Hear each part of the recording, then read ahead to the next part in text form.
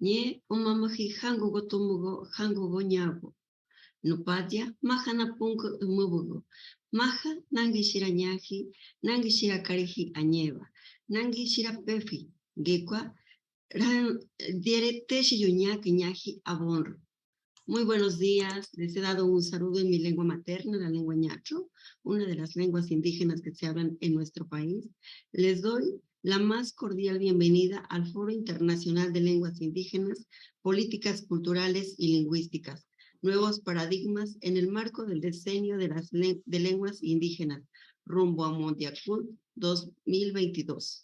El Colegio de México, Colmex, el Instituto Nacional de los Pueblos Indígenas, INPI, y el Instituto Nacional de Lenguas Indígenas, INALI, organizan de manera conjunta el Foro Internacional de Lenguas Indígenas denominado Políticas Culturales y Lingüísticas, cuyo objetivo es generar un espacio de reflexión sobre los retos y oportunidades que implica el Decenio Internacional de Lenguas Indígenas para la definición y el desarrollo de políticas lingüísticas y culturales para la preservación, revitalización y promoción de las lenguas indígenas, desde nuevos paradigmas relacionados con el multilingüismo como factor de sustentabilidad. Agradecemos a las hermanos de los distintos pueblos indígenas que nos acompañan en la transmisión a través de las distintas plataformas. Najo Viñeji, sean bienvenidos. Y para dar inicio, escucharemos el mensaje del titular del INALI, Juan Gregorio Regino. Adelante, maestro.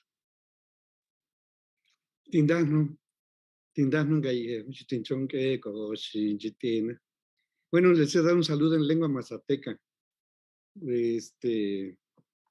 agradeciendo esta oportunidad de estar con las compañeras y los compañeros que estamos presidiendo esta reunión, y asimismo también con los que están conectados en esta plataforma. Un saludo, un agradecimiento y celebrar esta oportunidad que tenemos de poder tener un espacio para repensar las políticas culturales que se están sucediendo en el mundo. ¿Qué está pasando en el mundo? ¿Qué está sucediendo? Entonces yo creo que cuando tenemos que repensar las políticas culturales tenemos que hacernos esa pregunta. Estamos en un proceso, la humanidad pospandémico, una crisis que a todas las culturas, a todos los pueblos, a todas las civilizaciones nos ha impactado y que nos tiene que transformar. Pero también se están sucediendo de manera dramática conflictos bélicos, y eso también marca también un contexto, y que las políticas culturales también tienen que tomar en cuenta. Hoy en día, pues en todo el mundo se habla y se reconoce y se exalta la diversidad cultural, la diversidad lingüística del mundo. Para nadie es ajeno un discurso y un planteamiento similar. La UNESCO ha dado cuenta de ello y ha hecho énfasis en el respeto, en el reconocimiento y la valoración de la diversidad cultural. Esto entonces pone en tela de juicio o pone en el debate los modelos de desarrollo cultural que tenemos. Por una parte, un modelo caracterizado por la homogeneidad, un modelo hegemónico, un modelo sustentado en la unicidad de las formas de pensar, de ser y de crear. Y un modelo, que es el reto que tenemos, donde la diversidad cultural esté sustentada en ese modelo que hay que crear, que hay que construir, y que eso implica generar políticas públicas, que implica generar, romper y crear nuevos paradigmas. Implica una ruptura entre un modelo y otro, que es el que hay que generar. Entonces creo que no es una cosa, no es un asunto fácil, no es un tema que se pueda desarrollar sin las poblaciones que estamos considerando como parte de esa diversidad, que generalmente pues son las minorías. Entonces, cuando hablamos de estos modelos, hablamos de minorías. Cuando hablamos de diversidad cultural, generalmente esta ha estado anclada en, en las minorías. Y también tendríamos que hablar de inclusión, tendríamos que hablar de justo, de nuevas políticas culturales. Y cuando hablamos de políticas culturales, esto le atañe a los estados, al Estado-nación en su conjunto. Tiene que transformarse. Una cosa es reconocer una nación pluricultural, pero otra cosa es que el Estado se asuma como un Estado pluricultural. Y hay una diferencia enorme entre ser una nación pluricultural a ser un Estado pluricultural. Y ahí creo que nos falta mucho que hacer y mucho es lo que hay que caminar. Pero por otra parte, las minorías también tenemos el compromiso y la obligación de desarrollar nuestras propias políticas, de que éstas estén insertas en el concepto de Estado-nación. Es decir, una manera de no seguir, de romper también el carácter de subalterno que hemos tenido, es que asumamos un protagonismo, que asumamos ser sujetos de derecho, con capacidad para generar nuestros propios proyectos, nuestros propios programas, nuestras propias acciones. Ese es el reto que significa para los pueblos indígenas, en particular para los pueblos indígenas de México, y en eso el INALI está empeñado de trabajar en esta concepción, para que el tema en particular de las lenguas indígenas pueda medirse con indicadores de desarrollo humano, que ser hablante de una lengua indígena y hablar español sea un indicador de desarrollo humano, no de pobreza, no de, como se ha acuñado y como se le ha caracterizado a los pueblos, como de ignorancia. Hablar una lengua indígena no es ser ignorante, no es ser pobre.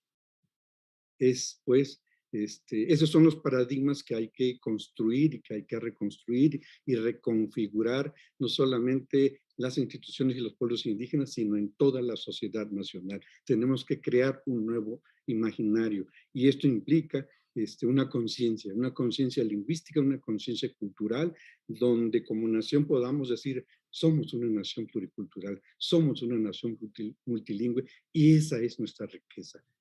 Y que no sea un discurso, que no se exalte solamente la diversidad, sino que se traduzca en acciones y en políticas. Entonces tenemos un reto enorme, y este es un espacio, pues, que nos va a ayudar a ir trabajando el tema, a ir tejiendo también a toda una red de pensamiento en donde los pueblos indígenas tengan la centralidad de este pensamiento, también puedan ser la guía que oriente y que defina estas nuevas políticas. Ese es el reto. Muchas gracias. Photoshop de Juan Gregorio. Muchas gracias, maestro. A continuación, escucharemos al doctor Alfonso Medina de Colmex. Adelante, doctor. Su micrófono, por favor. Perdón. Muy buenos días. Mi nombre es Alfonso Medina, como acaba de decir Jessica Moreno, y los saludo en nombre del Centro de Estudios Lingüísticos y Literarios del Colegio de México. Represento también a la presidencia del Colegio de México, la doctora Silvia Yorbuli, quien ha manifestado un gran interés por este foro sobre las políticas culturales y lingüísticas, y por aquel que se llevó a cabo ayer sobre patrimonio documental, memoria y derechos humanos, organizado por el Centro de Estudios Históricos y Memoria Histórica y Cultural del Archivo General de la Nación. Vale la pena recordar que estos foros servirán de insumo para la Conferencia Mundial de la UNESCO sobre Políticas Culturales y Desarrollo Sustentable, que se llevará a cabo a partir de mañana 28 y hasta el 30 de septiembre en esta Ciudad de México, 40 años después de su primera emisión, aquí mismo en esta ciudad. Este foro sobre políticas culturales y lingüísticas, nuevos paradigmas en el marco del Decenio Internacional de Lenguas Indígenas, es de suma importancia para buscar las maneras en que debemos actualizar las políticas culturales para reflejar nuestra realidad multilingüe y multicultural. Quiero agradecer por su generosa participación al Instituto Nacional de Lenguas Indígenas y al Instituto Nacional de los Pueblos Indígenas, hoy representados aquí respectivamente por el poeta Juan Gregorio Regino, director general del INALI, y por la doctora Berta Dimas, quien sustituye al director general del INPI, Adelfo Regino Montes. De manera muy particular, debo agradecer a los equipos organizadores de las 3 instituciones. Seguro me faltarán nombres, pero gracias especiales a Ixel Hernández, a Isabel Padilla, a Almandina Cárdenas del INALI, a Isabel Reyes del INPI y a Elizabeth Cerratos del Colmex. Sin su colaboración decidida, este foro no habría sido posible. Muchas gracias. Okeshopete Alfonso Medina. Toca el turno de la doctora Berta Dimas Huacús del Instituto Nacional de los Pueblos Indígenas. Nerans que llamen Dochanga, Dios me llamen Gatson, ya así yo, y Juritik Pambin Haka. Ya Shachuantans Colenira Shangarin Kucha, Alina Kuchar, Wanda Cuecha. Kais tu Chuanda Actson Quinte, Kerenche Guaranche Guaretech. Yamen Parak Pentuana, Wanda Cuecha Kimbo. Kane kambe halas para un, kakane kambe chueta li shangeski chuak, sapilati chanka tsungyas kwiripenhaka, hini huchari retecha, parak tsu wanda kwech no tsunchak, kaparakis chuak, matera sambe anche corete chun, yas iki arinak. Ka Dios me llame a hipoquitzmins kuksesek para yas wandan. Y Mercuent y Manjintec, licenciado Adelfo Regino Montes, para Chiasi Shoy Jurite, Changshan Hinkunharan. Pues agradecerles mucho a todos los que nos acompañan el día de hoy, tanto a los que pues casi todos estamos por estas redes sociales. Agradecerles que nos permitan pues utilizar nuestra palabra. Acabo de hablarles y saludarles en mi lengua materna, que es el purépecha, que se habla en Michoacán, y a nombre del licenciado Adelfo Regino Montes, nuestro director general, pues darles un saludo muy afectuoso. A nosotros en la institución, pues nos preocupa mucho lo que ya ha comentado el licenciado Juan Gregorio sobre esta pérdida que paulatinamente se ha estado dando en nuestras comunidades. Pero sobre todo nos preocupan que estas pérdidas se están dando en la población más joven y en los niños, en los adolescentes y en los jóvenes. Entonces, por eso en la institución se han pues tratado de realizar algunas tareas que nos permitan no solo el recuperar o el fortalecer estas lenguas, sino buscar la forma de la universalización de estas lenguas indígenas que tenemos. Sabemos que México es un país muy rico, no solamente en el tema por sus lenguas, sino también el aspecto cultural, y que no vemos esta cultura fortalecerla sin tener en cuenta todo lo que se refiere a la lengua, y que esto pues implica otros aspectos también, ¿por qué no decirlo? Hasta temas de la ciencia, la cultura y la parte económica, porque perder una lengua significa perder muchas cosas en nuestras comunidades. Y pues alguna de las acciones que desde el INPI creemos importantes es precisamente esto, el tratar de llegar a las comunidades y sobre todo también trabajar muy estrechamente de la mano con las instituciones de educación de todos los niveles. Aquí se está tratando de hacer en el marco del Diseño Internacional de las Lenguas Indígenas, pues lo más que se pueda con los recursos que se tengan a nivel de las comunidades y a nivel de las instituciones para que estas lenguas puedan fortalecerse, pero sobre todo trabajar muy de la mano con ellos, con las instituciones y las comunidades en aquellas lenguas en las que ya solo quedan pocos hablantes y que están en peligro de extinción. Entonces, pues nos da mucho gusto el que estos temas se puedan dialogar, se pueda analizar y sobre todo ver la forma en que podamos desde los espacios donde nos encontremos, pues fortalecer y mantener vivas estas lenguas que significan pues la cosmovisión, la diversidad, pero sobre todo la identidad de nuestras comunidades y de nosotros mismos. Pues agradecerles nuevamente, muchísimas gracias. Dios me llamo y llame Tocha. Poco Shopate Bertadimas, poco te Sheji Emishoki Miramboski. Agradecemos a todos su participación y de esta manera damos inicio a los trabajos con la conferencia magistral a cargo del doctor Jenner Yanes Ortiz y estará moderando Inocencia Arellano. Adelante, por favor.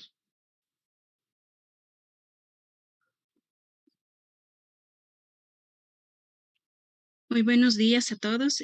Agradezco muchísimo al INALI por la invitación. Yo voy a moderar la conferencia magistral y tiene una hora, doctor, y ahorita lo presento. El doctor Jenner Yanis Ortiz es investigador maya de Yucatán, México, doctor en antropología social por la Universidad de Sussex, Reino Unido. Es titular de la Cátedra de Investigación Canadiense en Indigenidades Digitales y profesor en Estudios Indígenas, en la Facultad de Artes y Ciencias de la Universidad Bishop en Sherbrooke, Canadá, territorio ancestral de la nación Abenaki. Su investigación examina las formas creativas en que los pueblos indígenas emplean los medios y tecnologías digitales para recuperar y movilizar sus idiomas y conocimientos. Ha investigado cómo las formas artísticas indígenas, música, cine, performance contribuyen a los esfuerzos contra el racismo y la descolonización. Ha trabajado en colaboración con organizaciones indígenas en México, Ecuador, Belice y Guatemala, y ha sido investigador en la Universidad Royal Holloway de Londres, el CIESAS Unidad Ciudad de México y la Universidad de Leiden en los Países Bajos. Pues, doctor, lo dejo con los micrófonos abiertos y la palabra. Tiene una hora y posteriormente tenemos unos minutos para preguntas y respuestas. Nibola lech Inocencia, Bishanikesh, Lakesh, Etusha Yanaktesh Belay, Kimpatik Kayanaktesh Hatutkin, en Cabay Generianes Ortiz, Quintati, Yucatán, Runoclumil, México, Teneo, tu Mayawinik, Behlai también Maya, tu Canal Shock, tu Nahil Canal Shock, Bishops, tu Noclumil Kanata, Uyuchben Lumil, Ti Hegelas, Masewal Kahob, ku Laili Kushano Behlai Laili Tanu Batelov Behlai Tialu Kastik Hatut Kustal. Bueno, pues buenos días. Muchas gracias, Inocencia, por la presentación. Les saludo con mucho afecto y esperando que tengan un muy bonito día. Les he saludado en mi lengua materna, el Mayatán, o la lengua maya de la península de Yucatán, y esperando que tengan todos un bonito martes. Mi nombre es Candidato Ortiz, como ya se decía, soy una persona de origen maya de la península de Yucatán, y actualmente trabajo como profesor en la Universidad de Bishops, en el territorio ancestral y nunca cedido del pueblo Abenaki, uno de los pueblos que formaban la Confederación Wabenaki en el siglo XVI, que fue cuando los primeros europeos llegaron a asentarse en estas tierras. El día de hoy, bueno, agradezco principalmente la invitación, fundamentalmente agradezco a Itzel Vargas, también agradezco al maestro Juan Gregorio Regino, a las autoridades del INPI por la invitación, a los colegas del Colmex también por hospedar esta charla, esta conferencia magistral, como se le ha llamado, aunque para ser justos y sinceros, respondo aquí a una serie de inquietudes que convocan este foro y que espero que puedan ser objeto de discusión, que puedan abrir algunas nuevas vetas de interés. Les voy a compartir mi presentación. Tengo aquí una breve presentación que he elaborado y espero que la puedan ver. Si me pueden ver, yo creo que sí, está visible, ¿verdad? Bueno, quiero comenzar esta presentación dedicando estos pensamientos, estas palabras, estas maneras diferentes de ver y entender la cuestión o el reto del multilingüismo en nuestro país y en general en América Latina. Quiero dedicarlo en principio a mi familia, a mis abuelos y muy particularmente a mi madre que falleció el año pasado, pero también con mucho afecto y con mucho reconocimiento a todas aquellas personas que han formado parte de mi formación como académico indígena, como hablante,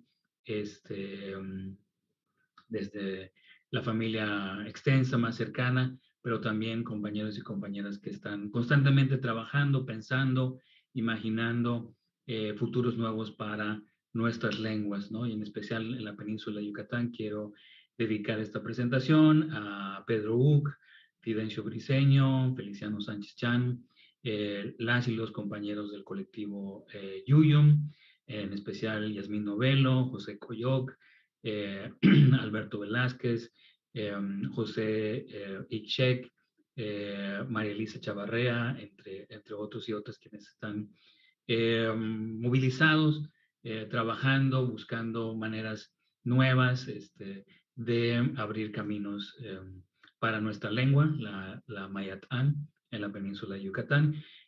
A todas y todos aquellos también quienes desde sus trincheras, ya sea desde la sociedad civil, los movimientos sociales, o incluso trabajando en las instituciones de gobierno, lo cual plantea un reto mayor, pero quienes están poniendo su granito de arena, reconociendo también que muchas veces no estamos de acuerdo, lo cual es importante considerar.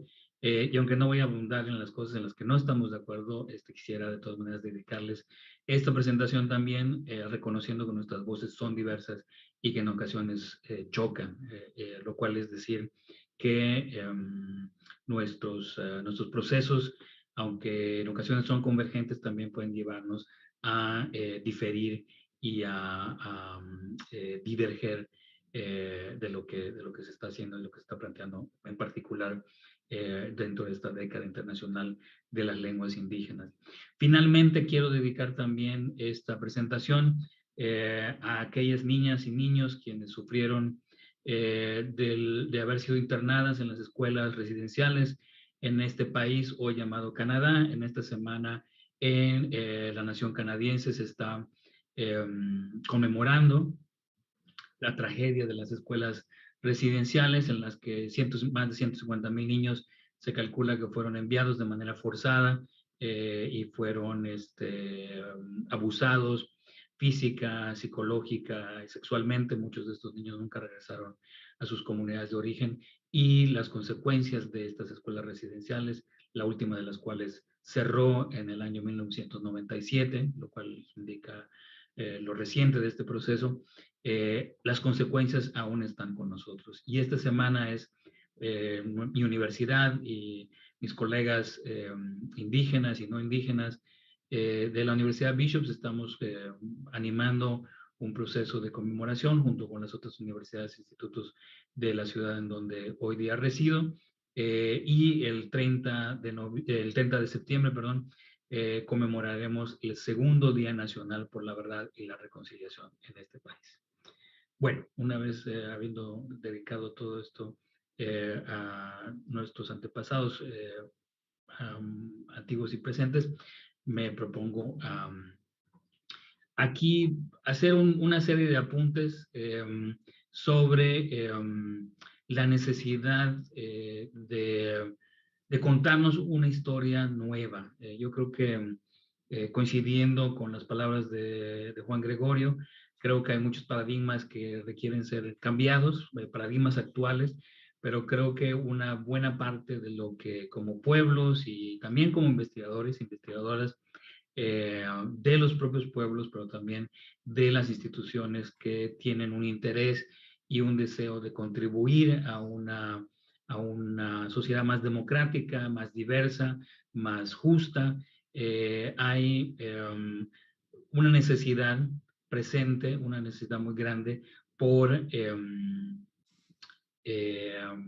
cambiar la narrativa, generar un nuevo entendimiento de nuestra historia, no nada más nuestra historia nacional, la historia del país que hoy se llama México, sino también del continente. Generalmente escuchamos en los discursos discriminatorios que nuestro país debe una deuda muy grande a aquellas fuerzas que en el siglo XVI llegaron a colonizar y a transformar de muchas maneras, no todas ellas desde luego adecuadas, la vida y la historia, la trayectoria sociocultural de los pueblos y las sociedades que ya habitaban esta tierra.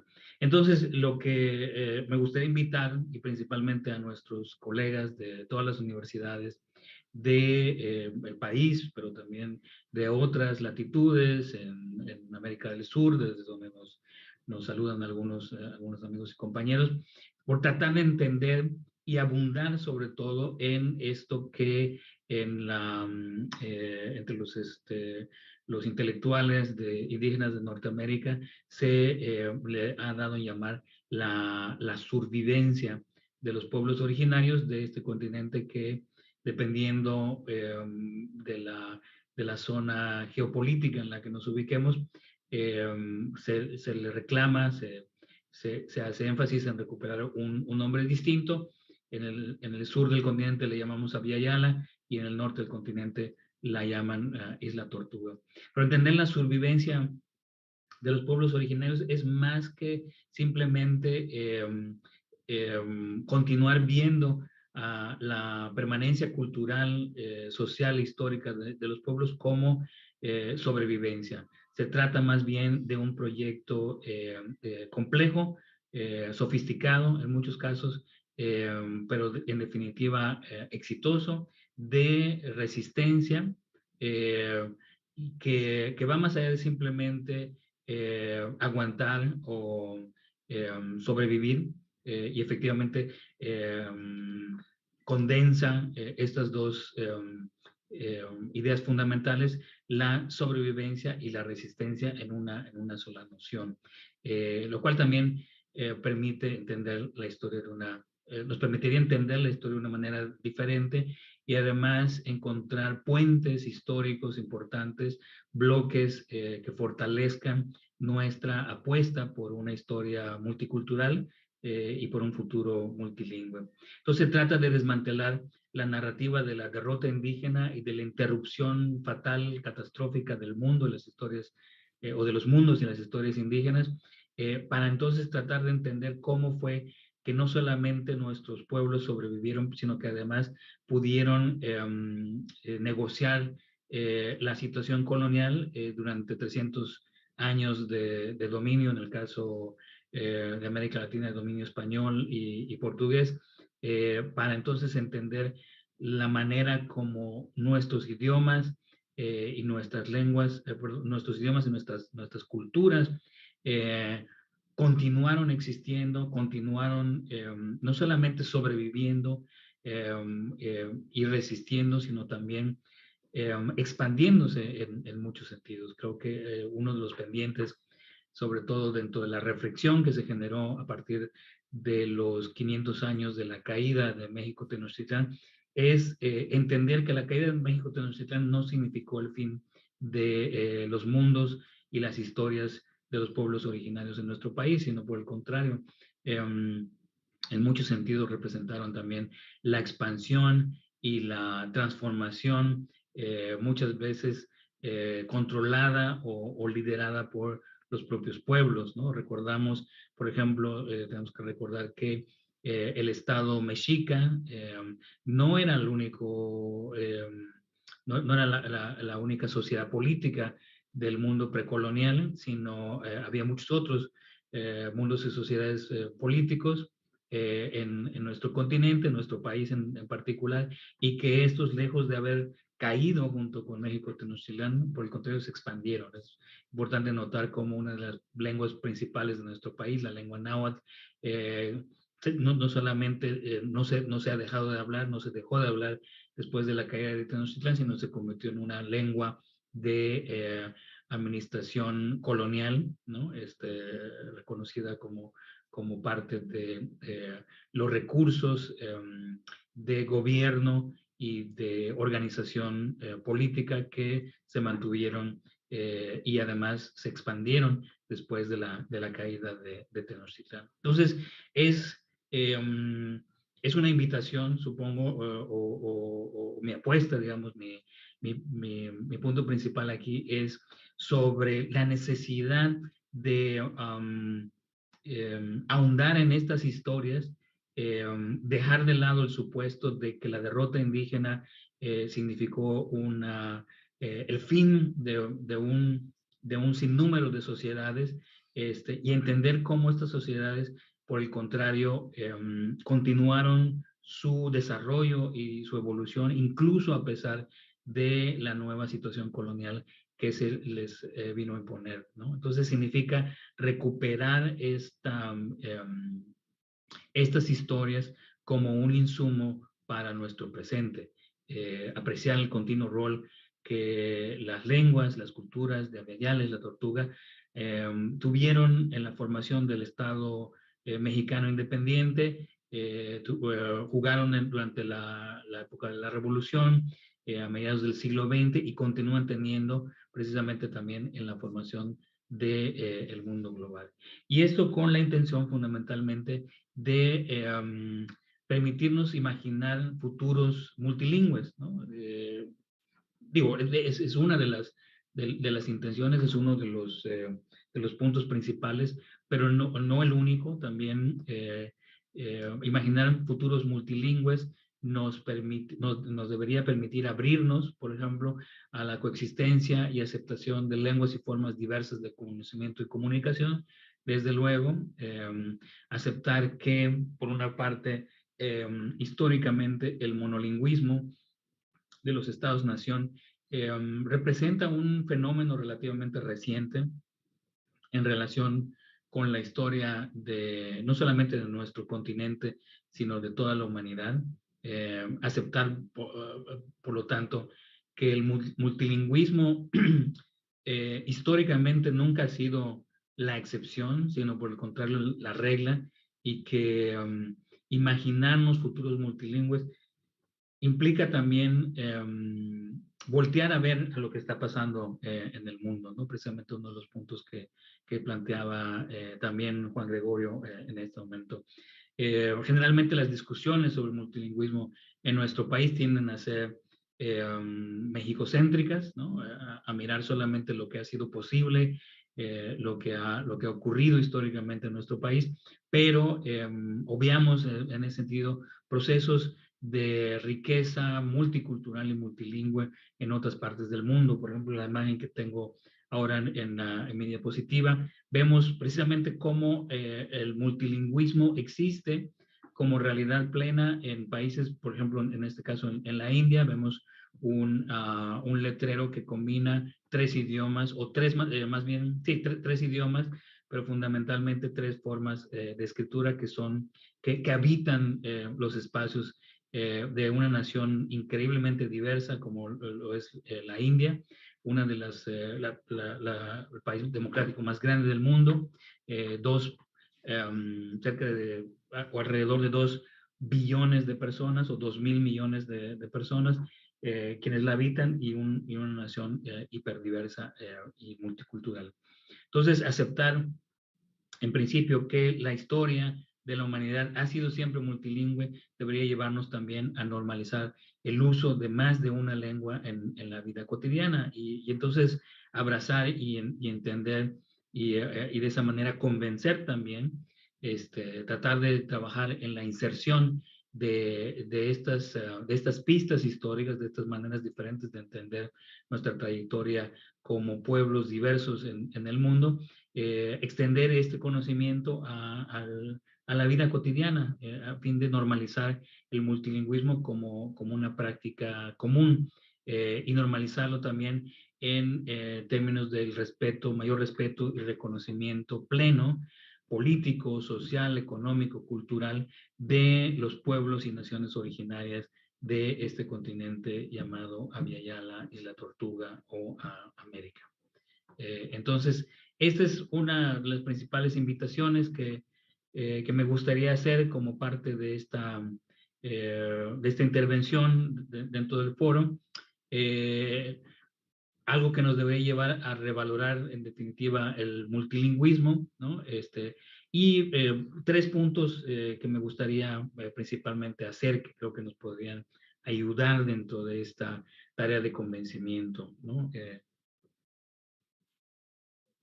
Como decía yo en un principio, me parece importante que las instituciones académicas, los investigadores, las investigadoras, tanto de las instituciones establecidas en nuestro país, como también de los propios pueblos y naciones indígenas del continente, hagan un mayor énfasis en el estudio, en el reconocimiento del papel histórico, político y comunicativo vehicular de lenguas francas que no son las lenguas indoeuropeas que fueron parte del proceso de colonización, ¿no? Recordar que, como decía yo anteriormente, el náhuatl y otras lenguas en el continente como el quechua, el aymara, el mapudungún, la lengua común en Brasil durante mucho tiempo que se le conoce como el ñengatú, el chinook en la parte oeste de nuestro continente, principalmente en Norteamérica, entre otras lenguas habladas, así como también las lenguas de señas indígenas, por ejemplo, la de las planicies de Norteamérica. Todas estas tuvieron una función muy importante y lograron generar,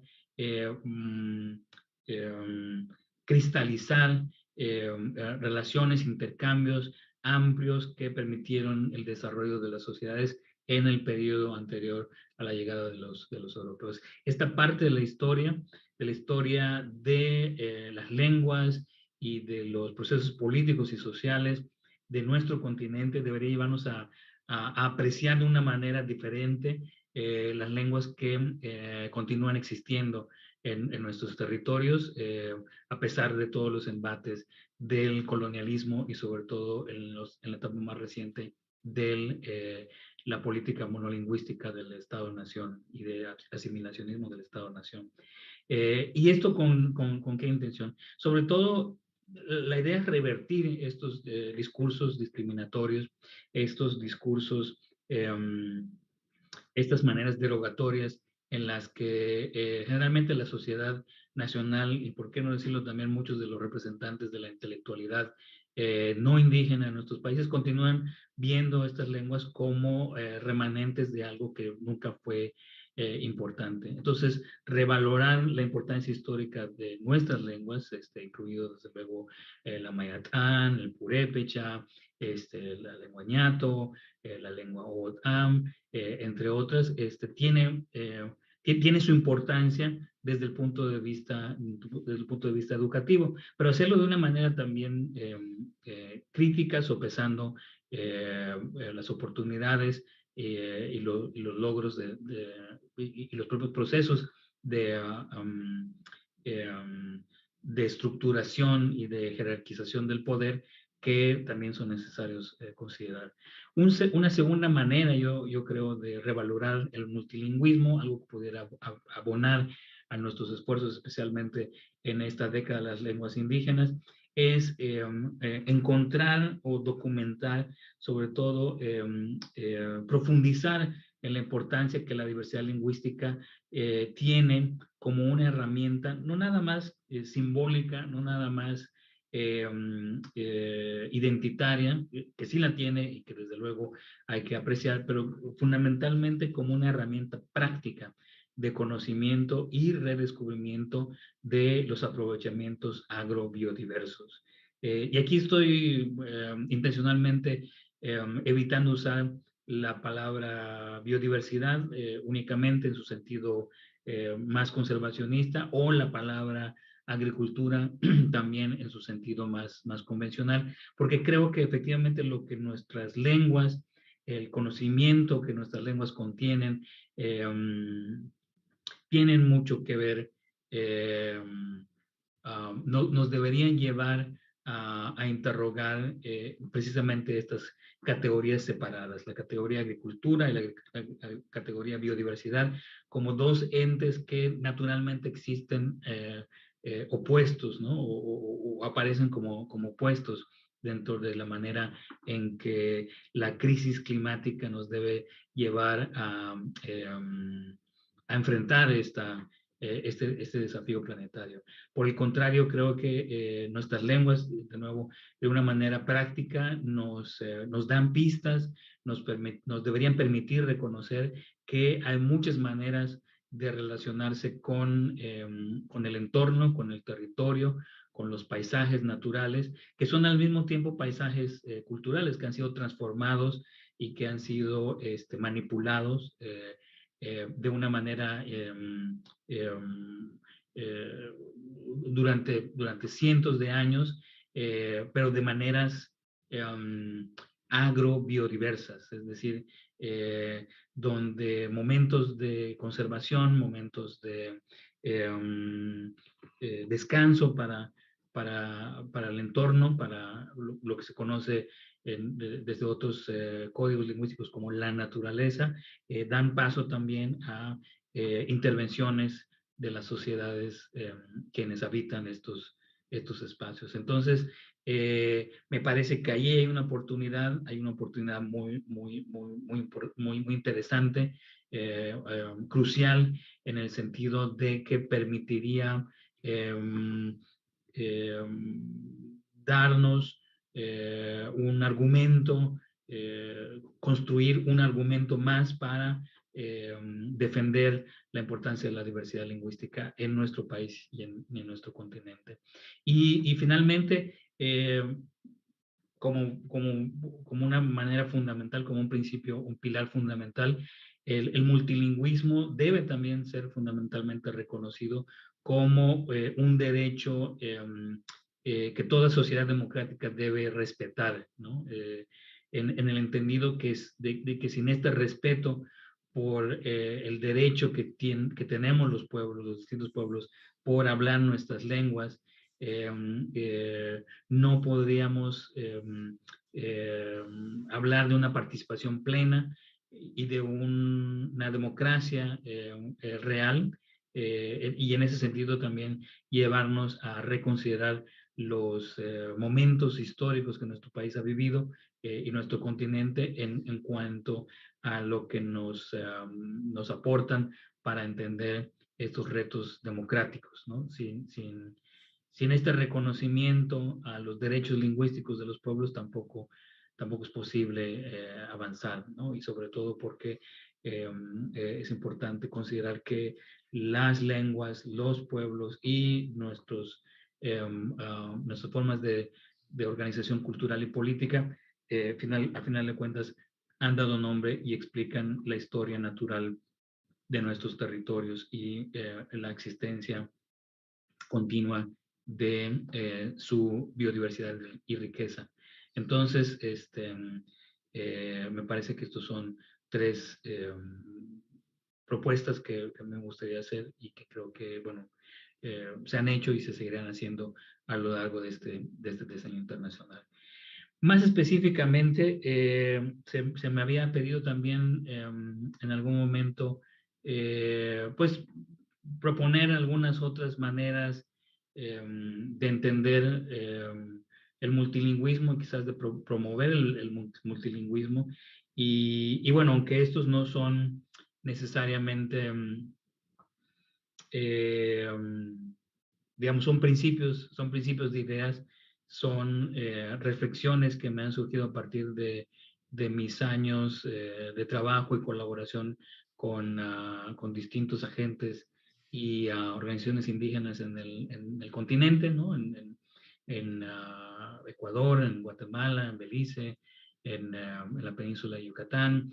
También he tenido el privilegio, el honor de tener diálogos, interacciones con pueblos de la Amazonía, tanto en Ecuador y en Perú como en Surinam, en el norte de Sudamérica. Y en estos diálogos, pues algunas de estas ideas que siguen siendo parte de las propuestas y que creo que más allá de, como dice la convocatoria para este foro, más allá del asistencialismo, más allá del folclorismo, más allá de la celebración, digamos, higiénica o tokenista, como se les suele llamar, ¿no? A partir de los gestos vacíos que los estados a veces suelen tener para con las minorías o más bien los pueblos minorizados. Estas ideas pretenden ser a tocar puntos claves y quizás desde luego no son todos los cambios necesarios, pero son quizás algunas ideas que puedan generar discusión, ¿no? Entonces, por ejemplo, ¿qué debería cambiar? Y aquí me gustaría expresar algunas ideas respecto a 4 sectores fundamentales que me ha tocado, sobre los que me ha tocado reflexionar, sobre los que me ha tocado también participar en intercambios. Y uno de ellos es el educativo, otro es el administrativo, el cultural y finalmente el tecnológico. Entonces van aquí algunas ideas y provocaciones.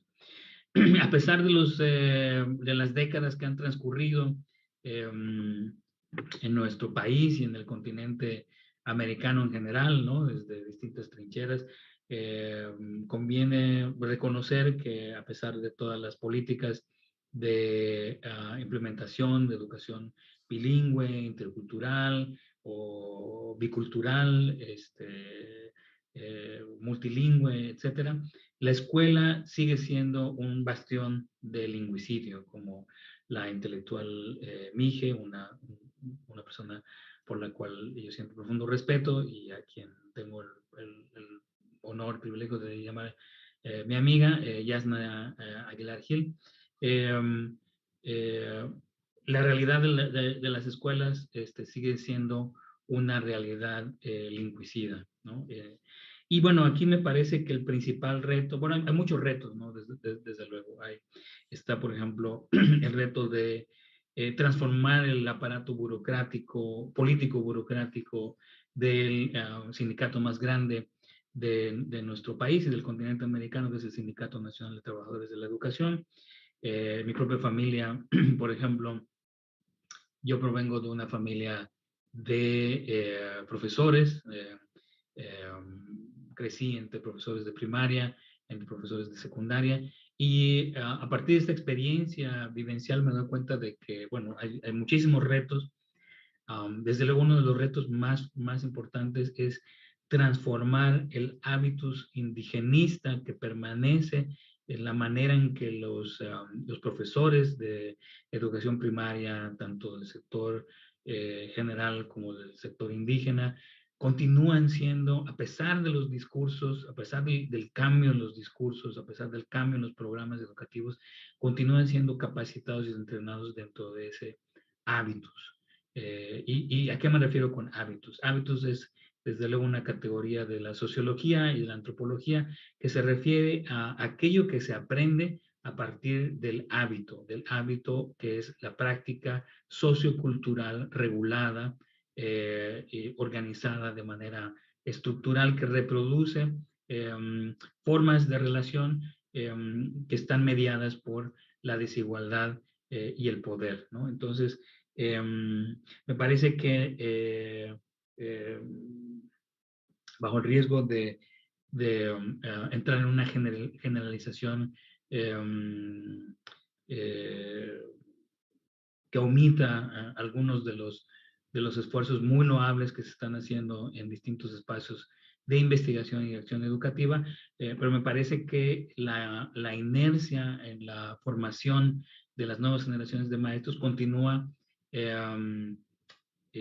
reforzando la idea de que nuestras lenguas no sirven para el desarrollo, de que nuestras lenguas continúan siendo un impedimento para el progreso, para salir de la pobreza, para avanzar hacia el desarrollo y el primer mundo, a pesar de que en el aula estos discursos, estas maneras de entender la educación y la función educativa de las y los profesores en las aulas, no está presente, pero está de una u otra manera,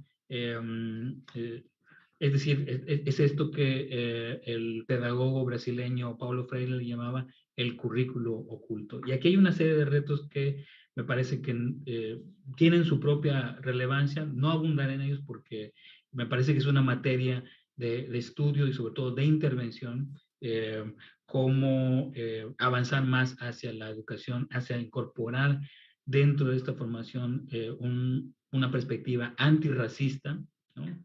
Y aquí hablar del racismo en relación con las lenguas tiene que ser parte de ese proceso teórico, metodológico, que lleve efectivamente a desmantelar este hábitus indigenista en las escuelas de formación de maestros y maestras en nuestro país y en nuestro continente, pero que me parece que por su complejidad debería ser materia de estudio, investigación y sobre todo de cambios en las políticas públicas en nuestro país. Lo que me interesa quizás un poco más es este otro reto que una vez superado el racismo como parte del componente del currículum oculto en las escuelas de formación para maestras y maestros en nuestro país y en nuestro continente, el otro reto que continúa estando presente es efectivamente cómo enseñar lenguas dinámicas, poco sistematizadas, que tienen quizás un sistema de escritura histórico, precolonial, como es el caso de la escritura náhuatl, la escritura mixteca, la escritura zapoteca y desde luego la escritura maya, jeroglífica, pero incluso sin tener estos sistemas de escritura, entender estas lenguas dentro de su dinamismo como lenguas que tienen sus propios modos y sistemas de memoria y memorización, de registro y sobre todo de apego, para poder incorporarlas al aula, e incluso preguntarnos si las aulas en las escuelas son el ambiente más propicio para la enseñanza, la transmisión y sobre todo la recuperación, la revitalización de nuestras lenguas. Entonces aquí me parece que hay un pendiente y ese pendiente tiene que ver con la investigación, ¿no? De nueva cuenta, con investigación aplicada, codiseñada, con hablantes de las lenguas originarias de Abya e Isla Tortuga, que ahonde y que sobre todo ponga el acento, me parece a mí, de manera muy importante, en los contextos comunicacionales de las lenguas y no tanto en la gramática, ¿no?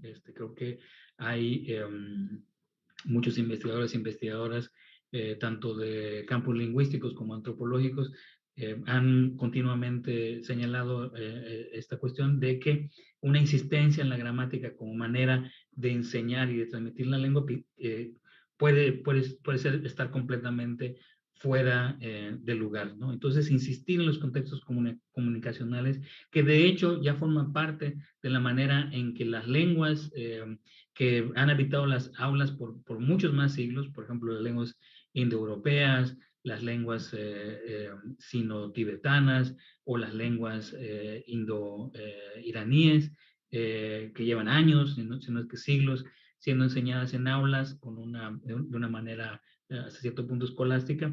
Ellos ya tienen un sistema, incluso estas lenguas están comenzando a entender que lo importante en la enseñanza y en la transmisión tiene que ver con el contexto comunicacional y no necesariamente con la enseñanza de la gramática. Entonces aquí hay un área que conviene desarrollar.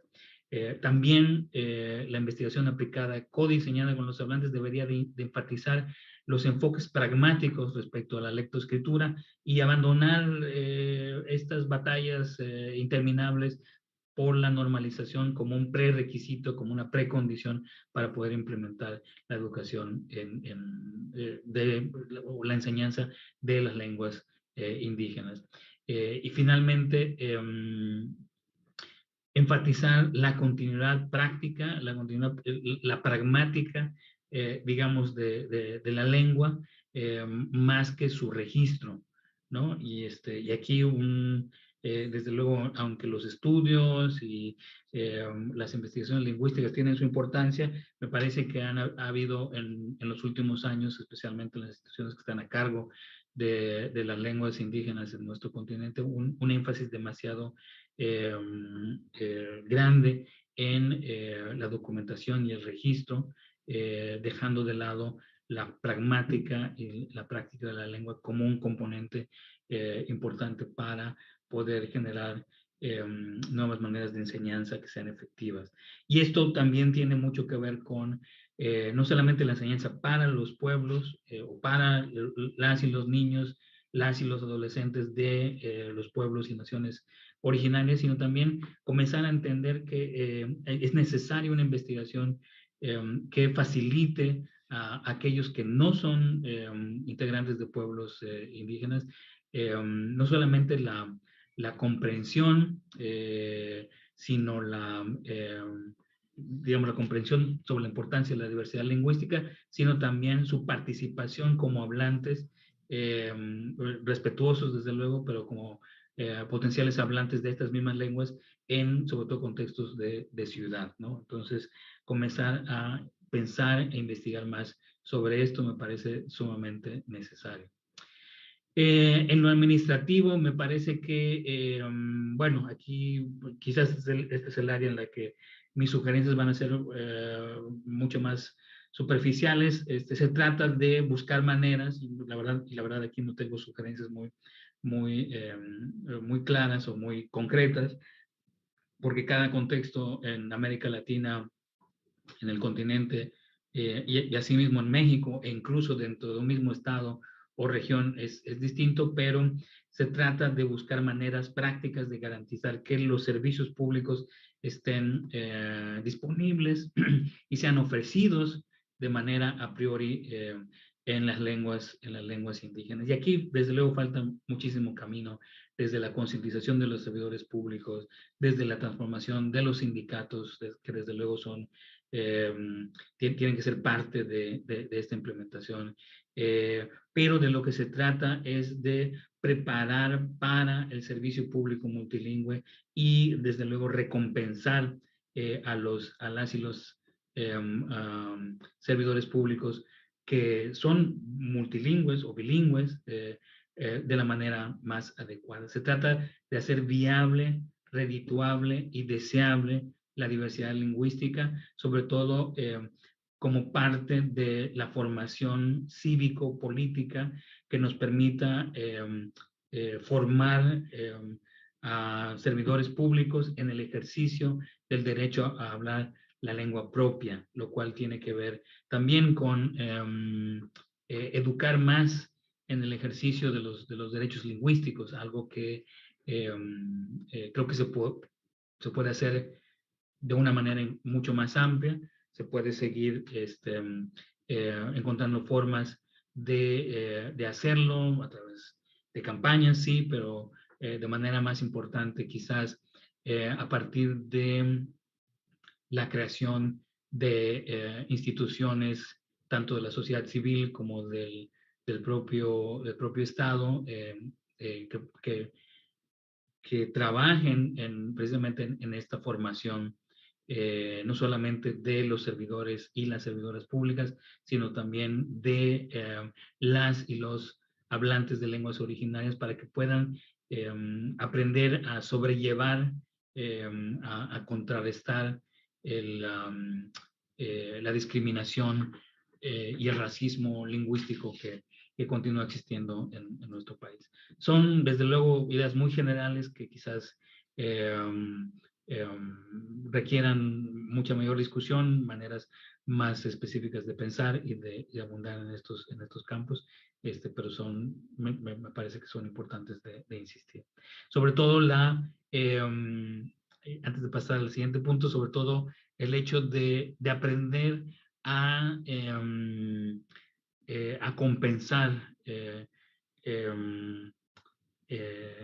a reconocer de una manera no solamente simbólica, con certificados o con reconocimientos en papel, sino en beneficio material a aquellos y aquellas hablantes de lenguas indígenas, tanto en el servicio público, cuando se organizan eventos de esta naturaleza y se les invita a participar con su experiencia y con sus puntos de vista, pero también cuando se hace investigación, aprender a reconocer de una manera clara este talento, este conocimiento que desde luego no es exclusivo de ellos, pero que conviene aprender, conviene comenzar a valorar, y no solamente de palabra, sino también de acción y desde luego en términos materiales. Sobre el arte y la diversidad lingüística, me parece muy importante, y aquí tenemos artistas ¿no? Seguramente quienes están escuchando esta presentación son de suyo artistas, ¿no? El propio director del INALE, quien es un poeta reconocido, pero y desde luego el trabajo que escritores y escritoras indígenas en nuestro país realizan es invaluable. Me parece una cosa de suma importancia, pero reconociendo esta aportación, me parece que también es hora de comenzar a abrirse a la integralidad del arte indígena y comenzar a mirar críticamente algunos de estos sectores más o menos establecidos dentro de la práctica cultural, hasta cierto punto burocratizada, que existe en nuestro país y también en el resto del continente americano. Los premios de literatura son importantes, pero conviene también comenzar a pensar cómo estos premios están realmente aportando y sobre todo restableciendo los puentes de comunicación con las propias comunidades.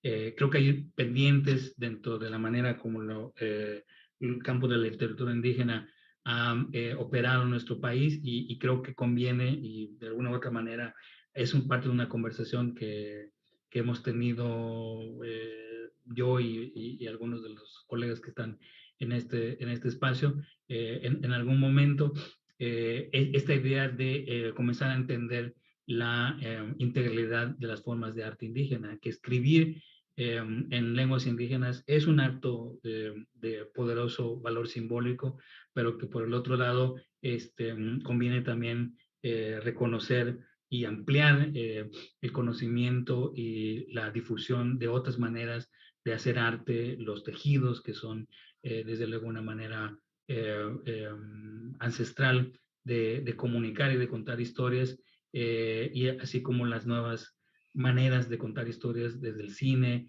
desde la literatura, el cine, el teatro, la música, entre otras. Y aquí conviene revisar la manera como las nuevas políticas culturales están quizás reforzando algunos prejuicios. En meses recientes tuve una conversación con un cineasta indígena que me pareció muy interesante, en la que él decía que pareciera que los apoyos al cine indígena están condicionados a que este cine sea lo más precario posible. Entonces, un cine de calidad, un cine independiente, basado en un nivel de profesionalización, así sea escrito y contado desde una perspectiva indígena, suele encontrar muros impenetrables dentro de la burocracia cultural de nuestro país, quienes quieren ver historias antropologizadas, quienes no entienden que los pueblos están involucrados en procesos de absorción y refuncionalización de referentes culturales, que va a llevar, supongo y espero, a una mayor producción de obras de ficción, de historias de superhéroes, ¿por qué no? Historietas, fantasías e incluso ciencia ficción en nuestro continente. En la parte norte del continente americano, lo que se conoce como Isla Tortuga, la ciencia ficción o el futurismo indígena ya tiene un reconocimiento como parte de la práctica artística, estética de los pueblos, pero me parece que en México continúa esta antropologización excesiva en nuestra manera de entender las artes de los pueblos y las maneras diversas de contar las historias, algo que ya algunos antropólogos apuntaban, antropólogos críticos y anatemizados en cierto sentido contaban ya desde la década de los años 90. Pero por el otro, entonces, por un lado, se trata de abrirnos a otras maneras de entender las artes indígenas, el arte indígena, a poner mayor atención en las formas de cosmopolitismo que van emergiendo y que tienen que ver también con la mayor profesionalización de la enseñanza, la investigación y la práctica propia en distintos espacios en el mundo, en el continente americano, particularmente en la parte norte. Hay programas, existen programas de arte indígena liderados por artistas indígenas y conducidos de una manera que amplía, rompe con esta clasificación en géneros diferentes del arte, y me parece que eso aún está pendiente y sería una manera muy interesante de romper con paradigmas. La creación de una cátedra indígena universitaria de arte que sea enseñada por artistas indígenas, que sean hablantes de las lenguas y que tengan, desde luego, estén involucrados en todos estos procesos. Me parece que esa sería una manera concreta de abundar en estos caminos, de ahondar la mirada en estas maneras que se requieren para implementar nuevos paradigmas. Y me parece que hay colectivos, menciono por aquí al colectivo Gusanos de la Memoria, quienes tienen una práctica muy importante fuera de las instituciones del Estado, pero que tienen precisamente esta forma más integral de entender el arte indígena. Muchos de los integrantes de estos colectivos son hablantes de las propias lenguas y me parece que requieren un espacio para desarrollar su capacidad de enseñar e investigar y transmitir esto tanto a hablantes de lenguas como a otros estudiantes universitarios. Finalmente, sobre la parte en lo que se refiere al sector tecnológico, en los últimos 2 años, junto con Eddie Ávila de la organización Rising Voices, hemos estado trabajando en la sistematización de la construcción de una caja de herramientas para el activismo digital de lenguas indígenas, usando la experiencia, revalorando la experiencia de activistas que de distintas maneras implementan han desarrollado modos tácticos de promover sus lenguas que van desde el facilitar, multiplicar, normalizar, educar, recuperar, imaginar, defender y proteger las lenguas en contextos en línea, contextos digitales, cibernéticos, o con el uso de herramientas digitales, electrónicas. Y bueno, esperamos ahorita en este momento, el trabajo que hemos estado haciendo tiene como objetivo servir de insumo para la década internacional de las lenguas indígenas.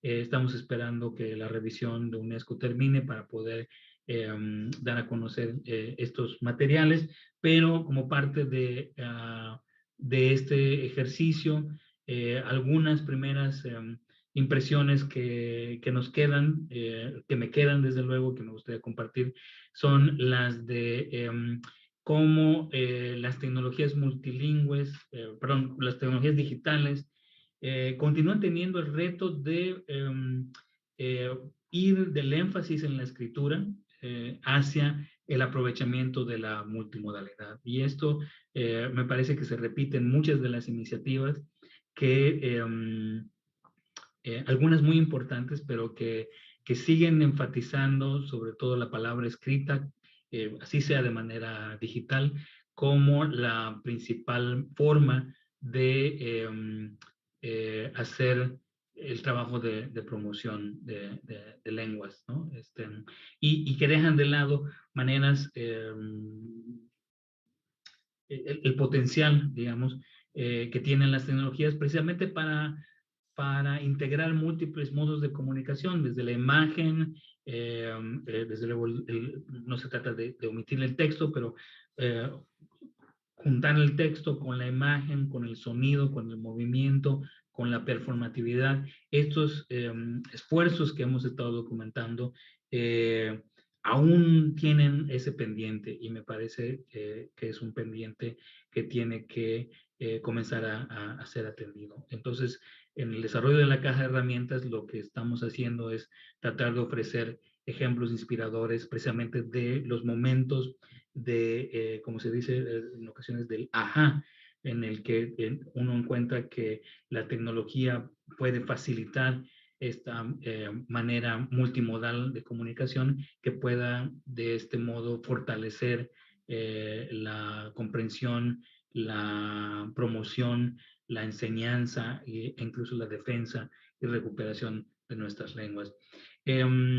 Como una propuesta que me parece que es necesario atender desde los estados, desde las instituciones, desde las universidades, está el invertir más y sobre todo el vincular más la investigación y el desarrollo tecnológico con estas cuestiones de diversidad lingüística.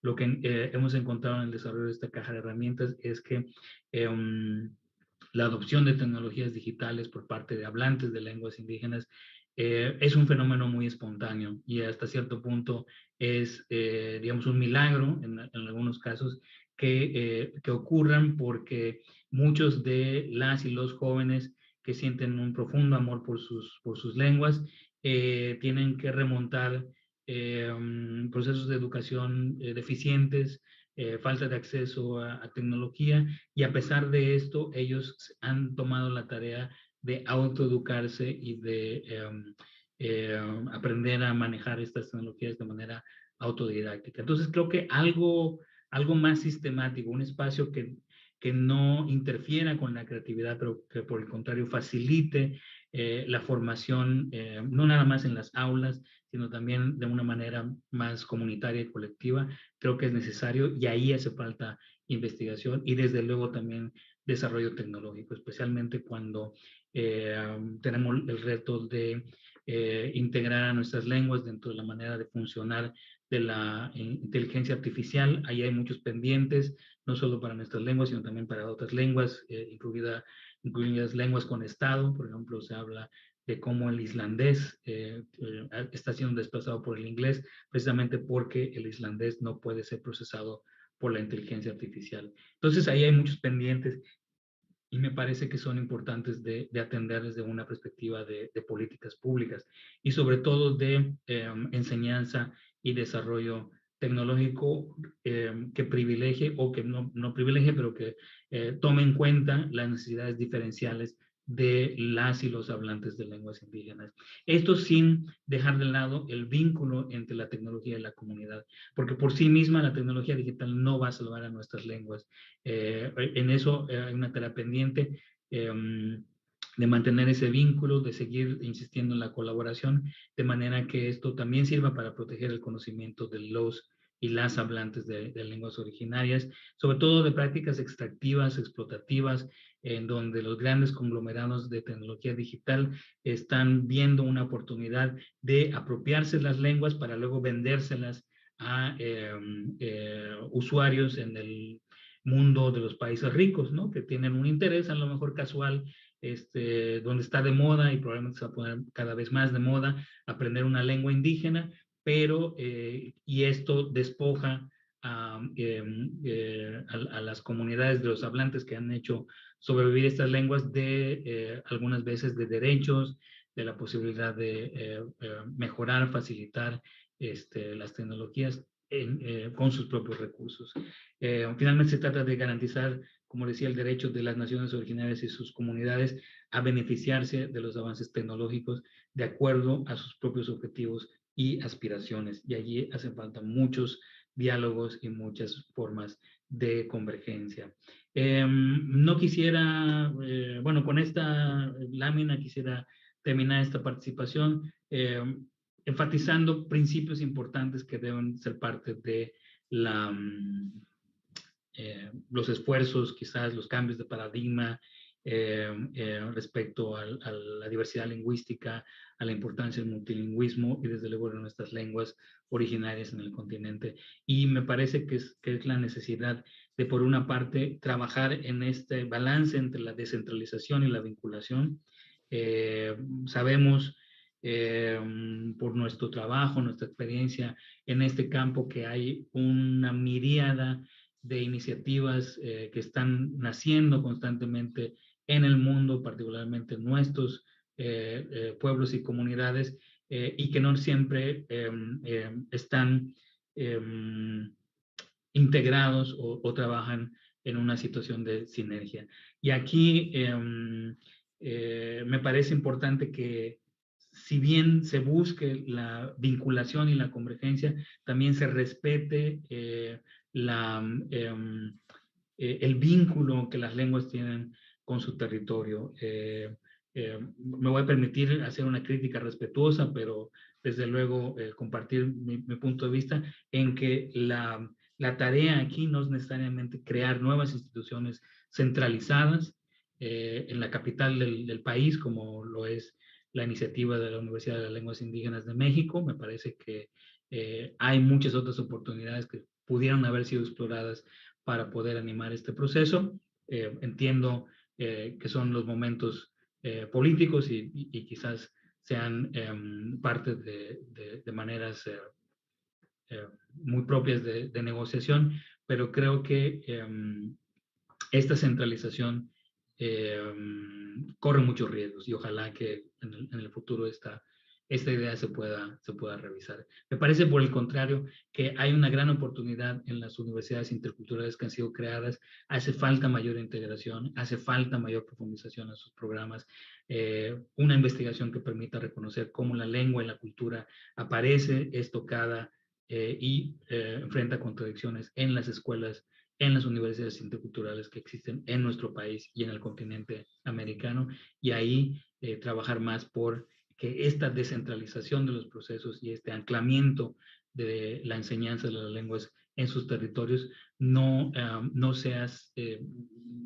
continúe la atomización de estas maneras de aprendizaje y de descubrimiento.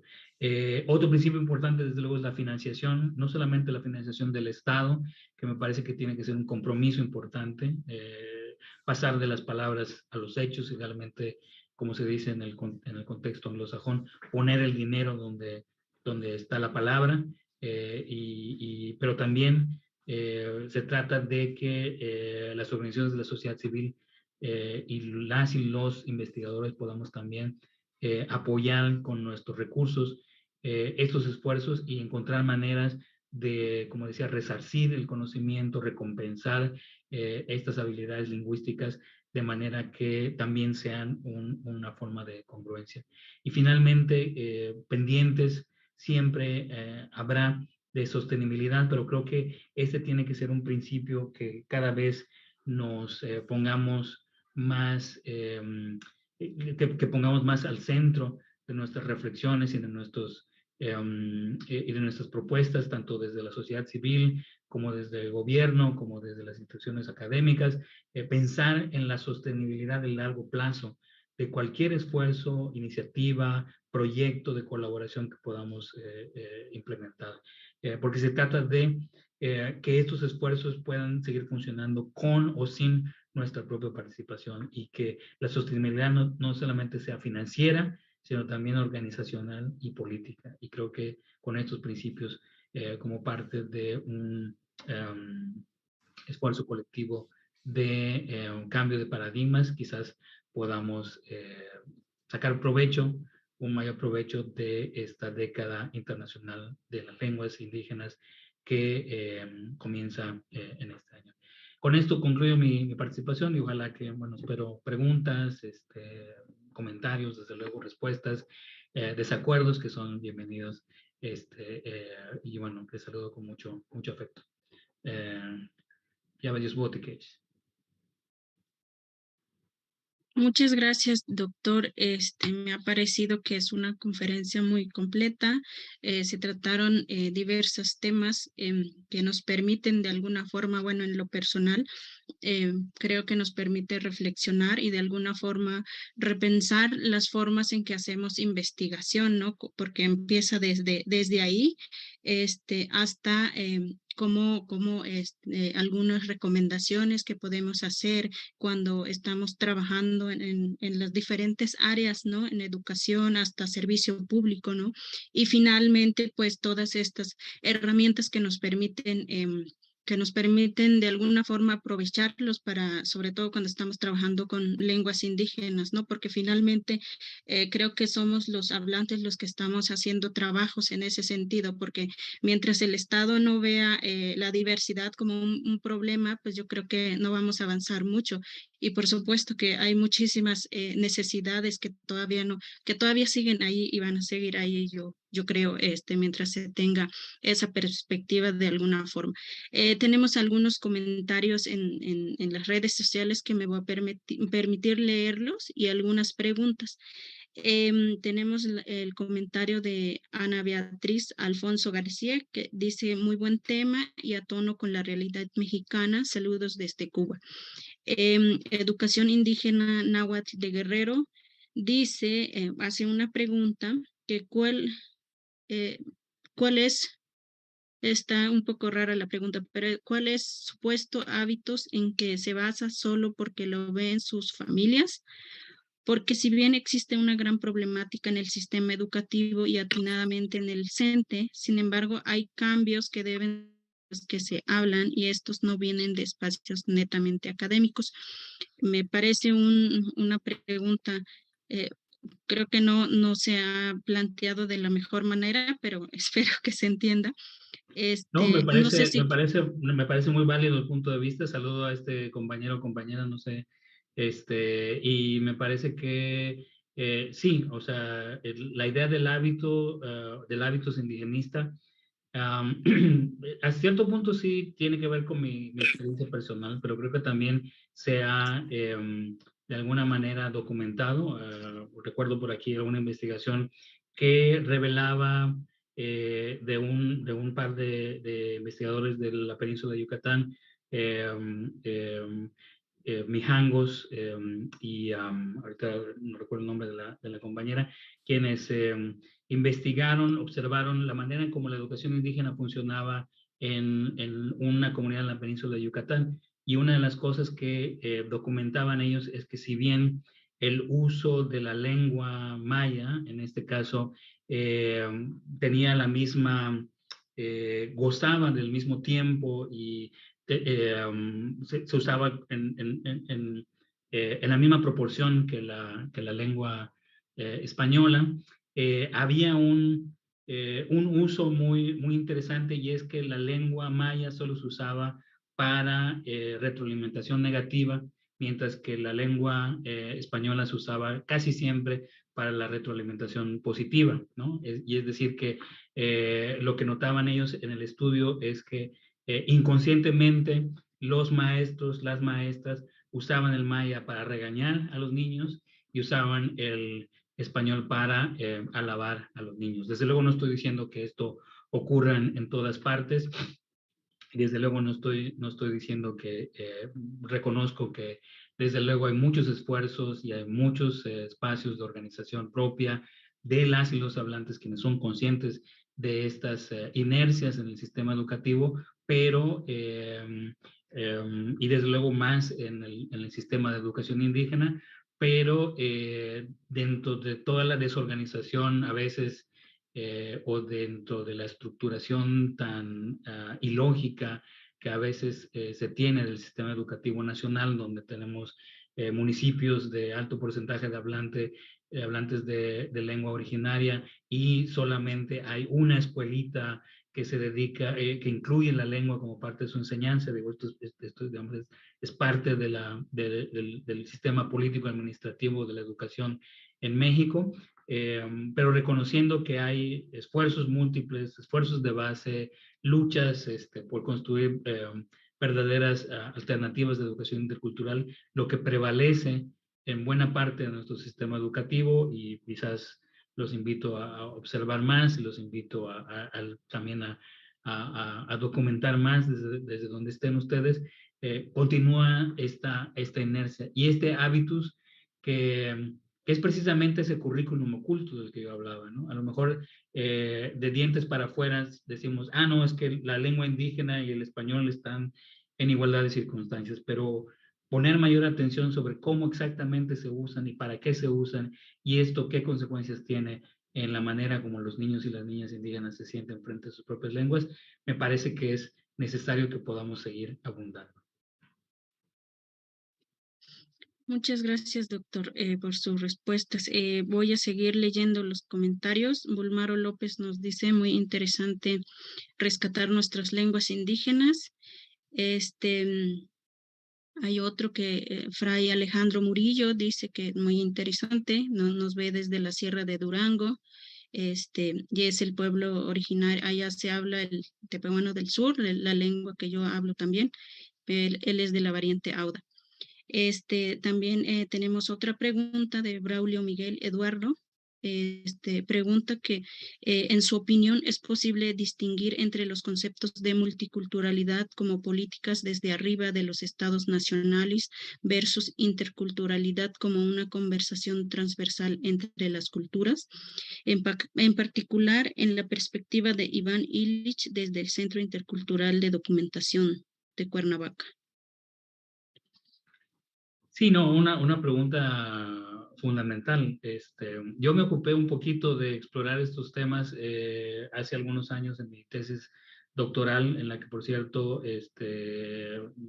me beneficié mucho de algunos de los puntos de vista y perspectivas y críticas de la doctora Berta Dimas Huacús, a quien saludo con mucho afecto. Y efectivamente creo que los discursos, bueno, hay una parte hay una parte, hay como distintos impulsos que han logrado posicionar la idea del multiculturalismo como algo que, lejos de ser un riesgo o una deficiencia en nuestras sociedades, se maneja hoy día como oportunidad, incluso desde los círculos de decisiones a nivel de los Estados-nación, ¿no? Sin embargo, en distintos contextos mundiales, desde luego, también hay una crítica muy fuerte hacia la idea de la multiculturalidad o del multiculturalismo, como el mantenimiento de fronteras, de claras fronteras entre pueblos y culturas diferentes. Como antropólogo y también como académico indígena, yo estoy consciente de que nuestros pueblos no existen en aislamiento. Y ningún pueblo en el mundo realmente existe en aislamiento, sobre todo en estos tiempos de pandemia global, ¿no? Si algo nos ha demostrado el COVID es que estamos indisolublemente unidos a nivel de todo el planeta. Entonces, sabiendo o con la conciencia de que esta es la realidad en el mundo, me parece que cuando pensamos la multiculturalidad como la separación o el derecho que cada cultura tiene a su propio espacio, a vivir en aislamiento y demás, corre el riesgo de efectivamente fortalecer esos prejuicios que hablan de la multiculturalidad como atomización, como en cierto momento en nuestro país se hablaba de balcanización, ¿no? Cuando los pueblos comenzaron a tratar de ejercer sus derechos, a hablar su lengua propia, a sus sistemas de jurisprudencia propios, a sus sistemas de gobierno propios. Se habló hace mucho tiempo y continúa estando en el inconsciente de muchos intelectuales mexicanos de esta idea de la balcanización. Entonces, bueno, ahí en eso estriba un poco el que la multiculturalidad o el multiculturalismo se comience a ver de una manera crítica, necesariamente tenga que ser visto de una manera crítica.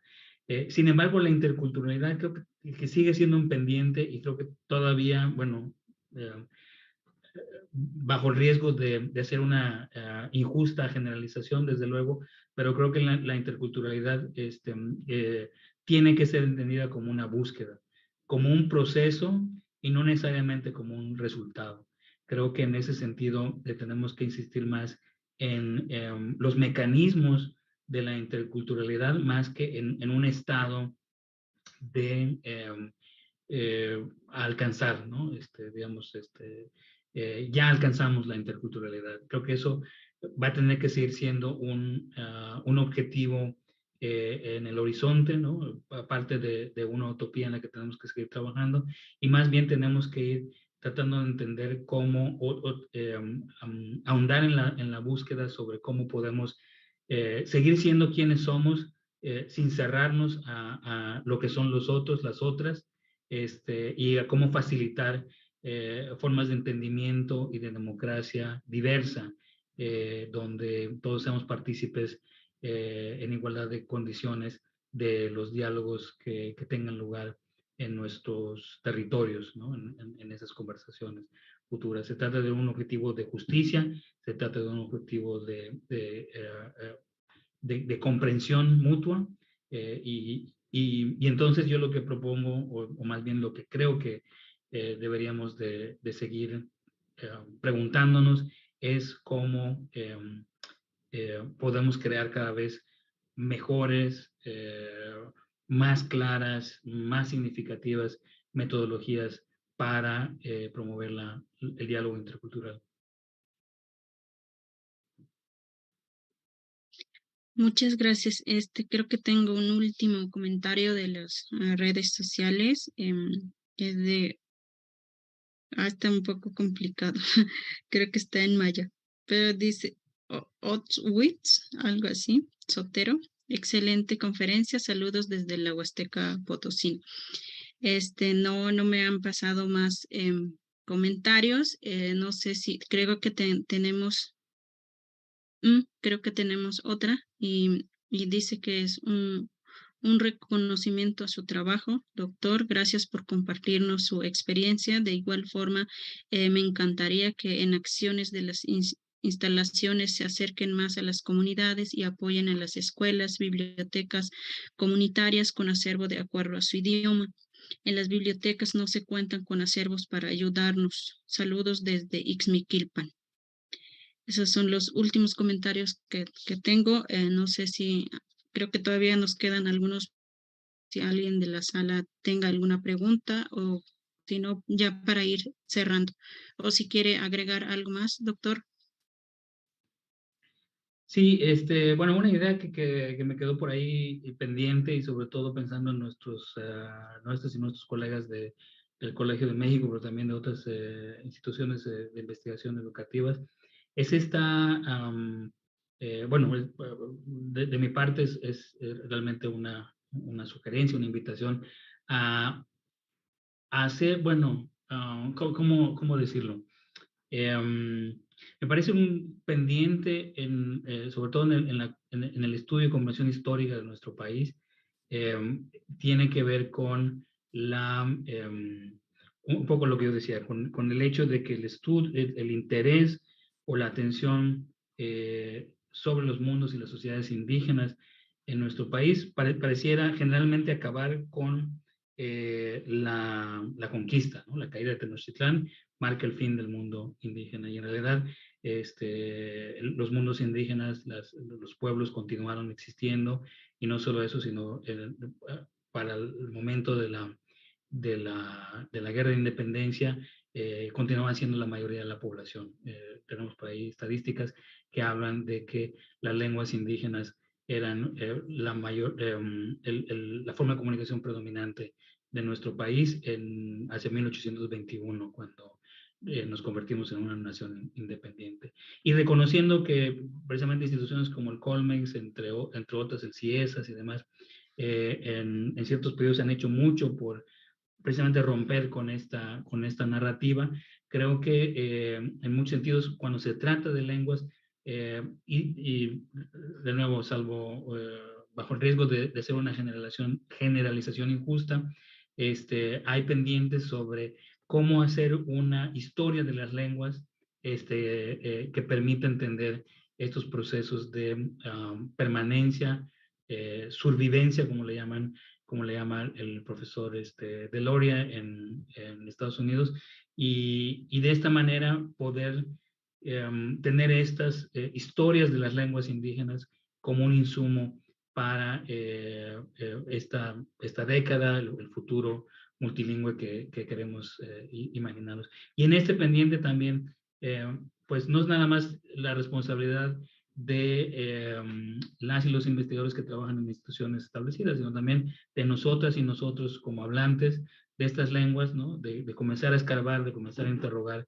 de comenzar a buscar esta información y desde luego una oportunidad para cada vez más jóvenes de pueblos originarios que están cursando su educación universitaria, haciendo posgrados, lo cual es, digamos, espero que sea pues un signo y un símbolo para el futuro de nuestros pueblos. Pero creo que ahí está ese pendiente y como ejemplo pongo el de la lengua maya peninsular, ¿no? Donde tenemos una historia muy rica que ha sido poco explorada desde un punto de vista académico, en donde los procesos de adopción de parte de las élites no indígenas en la península de Yucatán marcan una diferencia muy importante respecto a otros contextos y regiones indígenas. Entonces, necesitamos saber más, ¿no? ¿Qué fue lo que pasó? ¿En dónde se mantuvieron estas lenguas? ¿Cuáles son estas bolsas de resistencia que nos permitan aprender también cómo recuperar, cómo reconectar con esto que está existiendo, de manera que podamos apreciar la continuidad histórica de nuestras lenguas en los territorios y no nada más pensar en ellas como rescatar algo que ya se perdió, sino beneficiarnos de esta fortaleza y continuidad de nuestras lenguas y nuestras culturas. Y por allá veía que alguna colega tenía una pregunta, no sé si, o comentario, bienvenido.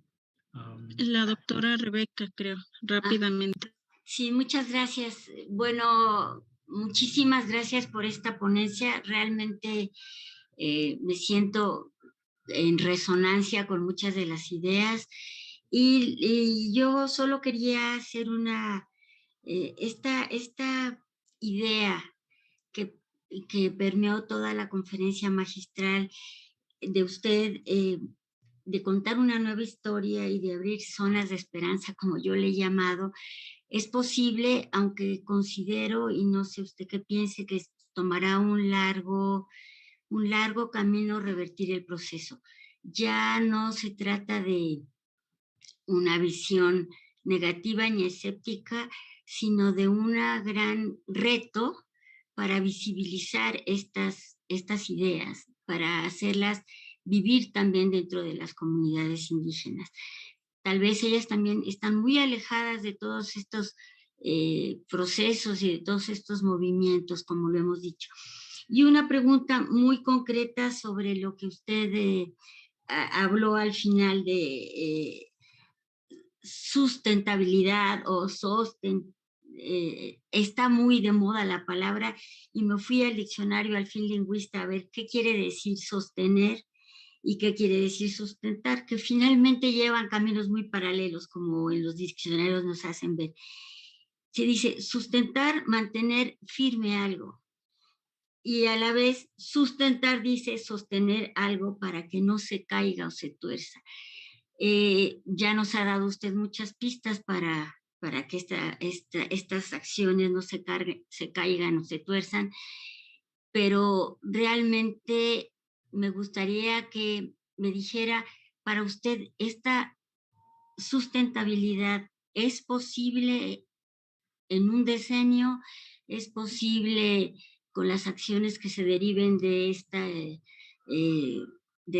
estos foros que se están propiciando, o realmente es un camino de reversión que tomará muchísimo tiempo? Muchísimas gracias, doctor. Muchísimas gracias, doctora. Aprecio mucho su comentario. Bueno, sí, en principio respondo al primer comentario, luego contesto la pregunta más específica que me hizo. Y efectivamente creo que por ahí pensaba un poco sobre estos tiempos, ¿no?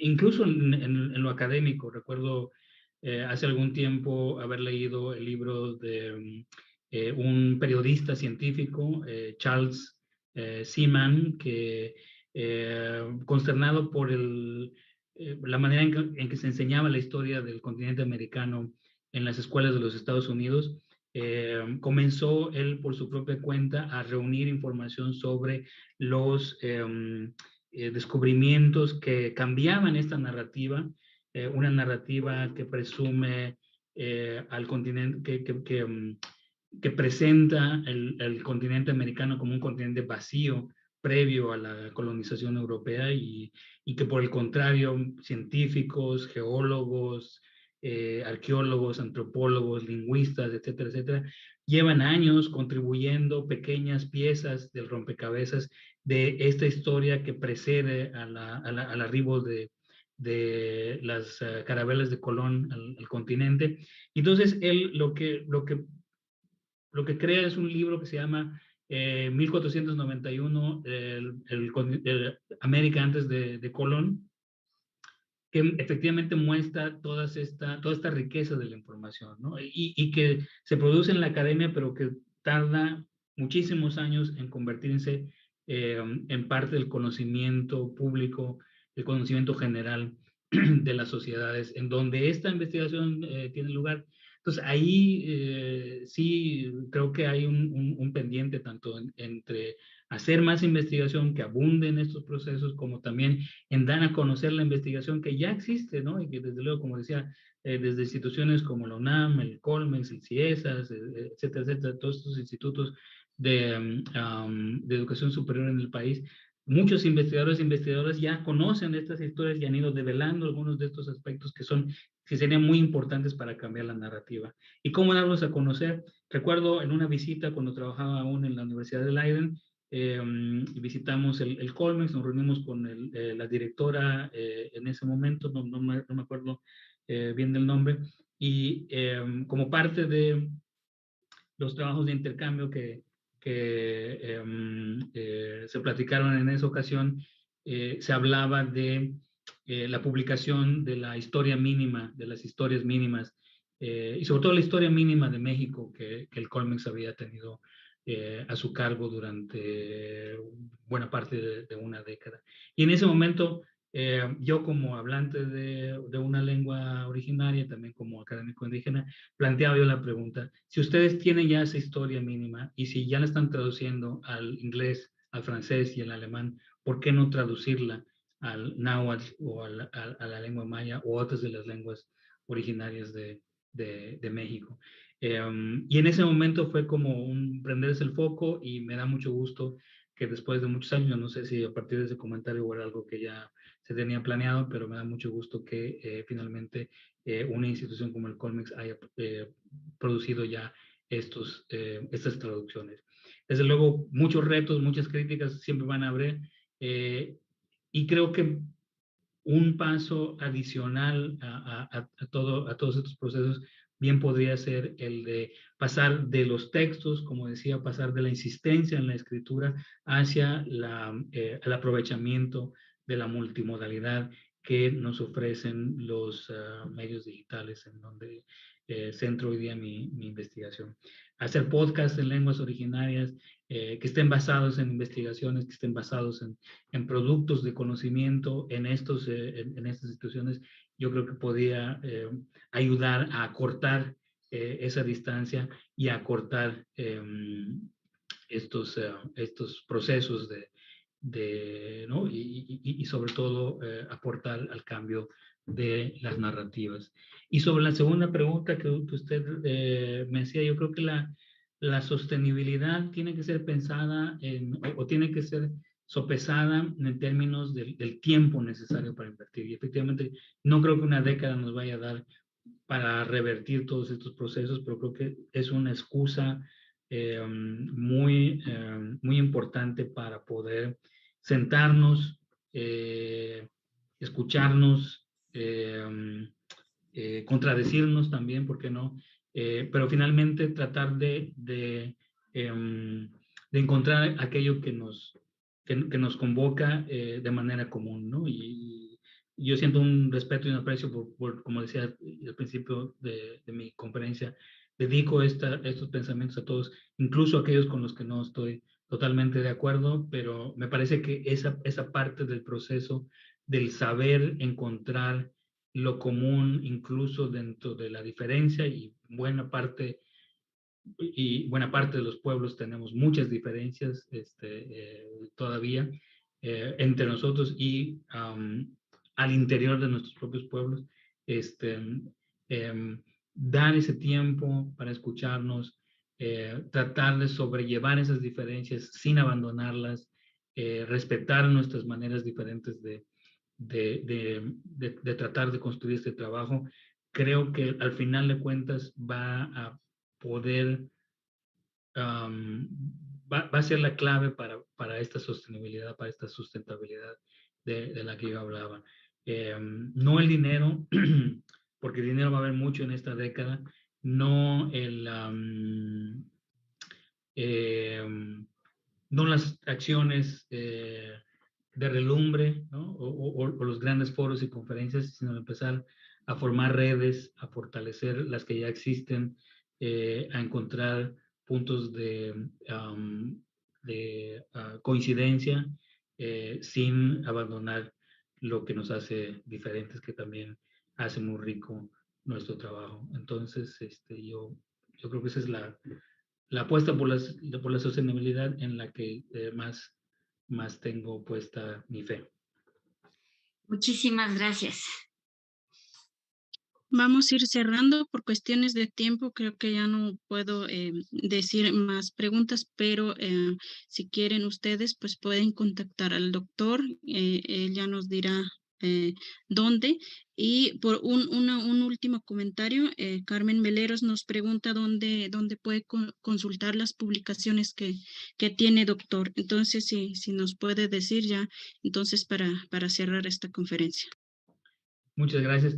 Pues mis publicaciones están generalmente en portales académicos.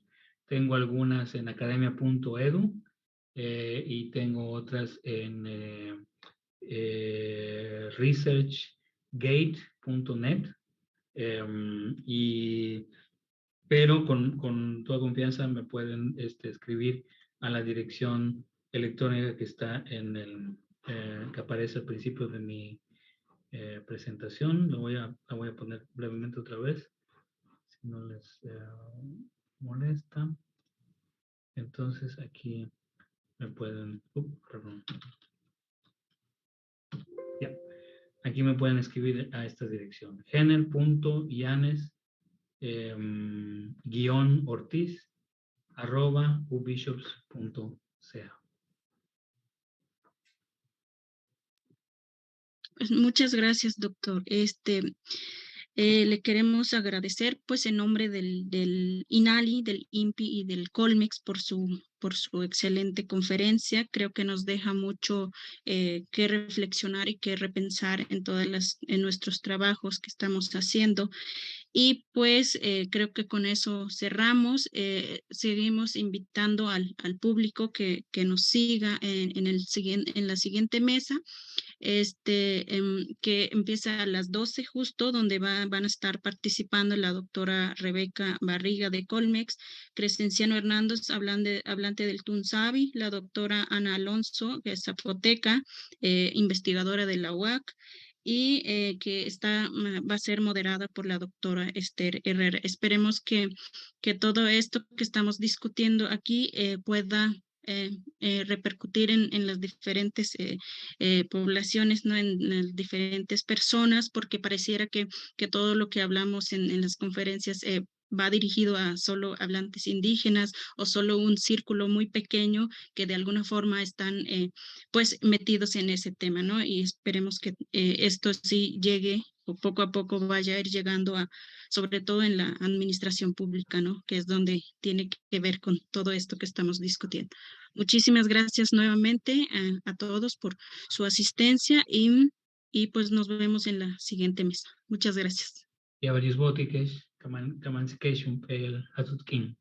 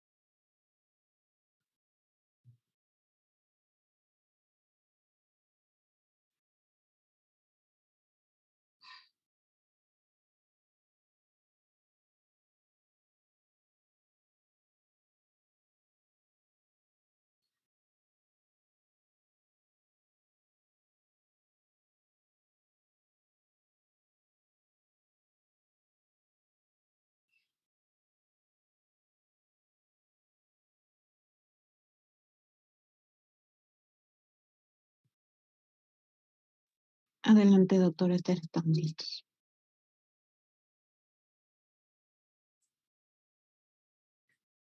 Ya estamos todos, ¿verdad? ¿Sí me escuchan bien? Sí. Muy bien. Sí, todo Bueno, buenas tardes a todos. Soy Esther Herrera Cendejas, del Centro de Estudios Lingüísticos y Literarios del Colegio. Vamos a dar inicio a la mesa de diálogo, políticas culturales y lingüísticas, nuevos paradigmas en el marco del Decenio Internacional de Lenguas Indígenas. Para esta ocasión tenemos 4 invitados.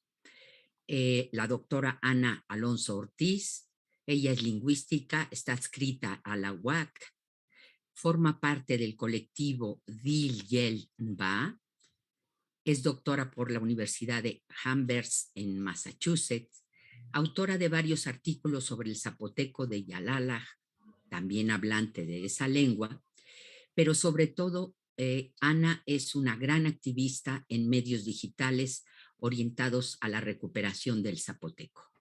Buenas tardes, Ana, bienvenida.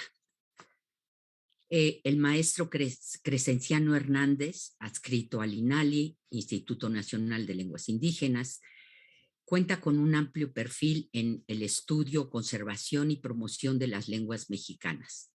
Gran impulsor del fortalecimiento, preservación y desarrollo de las lenguas de Oaxaca, incluido el mixteco, que es su lengua materna. Miembro de la Academia de la Lengua de Mixteca, pues, director del Instituto Municipal de las Lenguas Indígenas de Oaxaca, y toda su trayectoria la ha dedicado al fortalecimiento de la cultura, valores y derechos de las lenguas y costumbres de Oaxaca.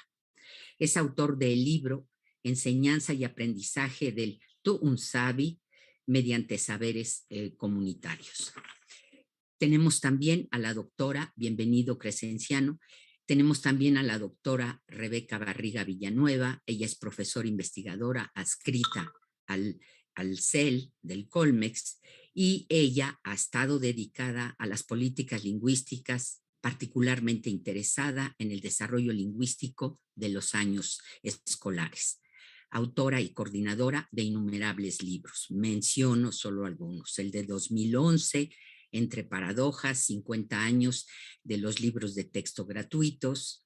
Es decir, se interesa mucho por el lenguaje en las aulas a nivel básico, ¿verdad? Las narrativas y su impacto en el desarrollo infantil, de 2014, 2016, Lenguaje en Movimiento, entre muchos otros. También contamos con la participación del doctor Luis Enrique López Hurtado, sociolingüista por la Universidad de Lancaster. Tiene un currículum verdaderamente abundante. Luis Enrique es un destacado en los temas de desarrollo y planeación de programas educativos, plurilingüismo y multiculturalidad. Ha sido asesor de los pueblos indígenas de América Latina y el Caribe, preside varias fundaciones, es un colaborador asiduo de la UNESCO, entre muchas otras actividades. Cuenta con innumerables publicaciones y proyectos en marcha sobre revitalización cultural y lingüística. Algunos títulos, el último libro que hojeé por cuestiones de este foro, y que me llamó mucho la atención por lo interesante que está, es el de 2020, que se llama Otra peste más, la subalternidad de las lenguas originarias en tiempos de la pandemia. Un título más, Interculturalidad y políticas públicas en América Latina, educación desde y para la diversidad lingüística en América Latina, etcétera, etcétera. Realmente, Luis Enrique, estoy acortando todo esto porque serían unas buenas páginas de obras que tienes publicadas. Perdón, voy a hablar de tú a todo el mundo, no creo que sea algún problema, ¿sí? Para esta mesa de diálogo, en mis notas tengo varias preguntas y para ello les propongo rondas breves, según los temas de interés de cada uno, de 3-5 minutos por participante en cada ronda. El interés y digamos, lo que creo que está en el ánimo de este diálogo es tocar algunas de las múltiples aristas de las políticas culturales y lingüísticas. Realmente es un tema que no se puede agotar en tan poco tiempo, tiene aristas sociales, políticas, culturales, etcétera, etcétera, ¿sí? Bueno, sin más preámbulos, iniciaremos retomando algunos puntos que señaló el doctor Genner y que parecen de mucho interés. Uno de ellos que incluso, bueno, yo ya no tuve tiempo de participar en la pregunta, pues por el tiempo, cuando hablaba de la traducción de la historia mínima en el colegio, que en realidad es solo un capítulo. Yo tuve la oportunidad de estar en la mesa y me parece que ese tipo de publicaciones, ¿sí?, se pueden conectar con uno de los temas que quisiera empezar a tratar con ustedes, y es aquel del cambio de la narrativa de la historia, que tiene a su vez muchas aristas, como la deconstrucción del estereotipo del indígena, las representaciones que tenemos de él, digo, y que están en la sociedad muy, muy vivas, ¿sí? Simplemente pensemos en el cine mexicano, por ejemplo. Todos los Tizoc, sería un ejemplo de él, que en donde se tipifica al indio no solo por cómo habla, ¿sí?, sino como el rol que desempeña en la película, las actitudes corporales, etcétera, etcétera, ¿no? Digamos, ahí tenemos un estereotipo que en la sociedad pues está muy activo, ¿sí? Yo cuántas veces, y que evidentemente repercute en las lenguas, cuántas veces no he tenido que aclarar que las lenguas indígenas no son dialectos, sino que son lenguas con estructuras complejas como el holandés, el chino, cualquier lengua que se ponga enfrente. Y el decirles dialectos es una manera de rebajarles la categoría de lenguas. Y en esa medida pues si no son lenguas, pues no tienen absolutamente ninguna importancia, ¿no? Y que en mi opinión, ustedes me dirán, esta narrativa, este cambio que hace falta en la narrativa de la historia, también toca puntos como la descolonización y la posibilidad de tener una reconciliación con la historia. Y en ese sentido mencionaría los libros, las traducciones que se hicieron al maya, al náhuatl, al otomí y al oculteco de uno de los capítulos de la historia mínima. Es decir que, en mi opinión, puede representar una oportunidad para que se analice la historia y se vea, digamos, el grado de oficialidad que tienen los textos, y que ese punto sea discutido en las comunidades para, pues, como digo, reconciliar el punto de la historia. Es decir, que no represente un quiebre absoluto de la lengua y por ende del individuo, ¿no? ¿Qué les parece ese ese tópico en el que podemos dialogar entre ustedes para que el público que está conectado con nosotros pueda tener información y incentivos de reflexión en este decenio de las lenguas indígenas. Tomen la palabra como quieran. Luis Enrique, tu micrófono. Gracias, Esther. En primer lugar, quiero comunicar mi beneplácito por reencontrarme con mi querida amiga Rebeca Barriga después de tantos años y estar también aquí junto a dos jóvenes profesionales indígenas. Creo que es un aliciente para seguir pensando en estos temas que tú planteas, Esther. Y yo creo que el tema que tú planteas y que derivas de la presentación de Jenner tiene que ver con la urgencia de que las sociedades latinoamericanas se reconcilien consigo mismas. Es decir,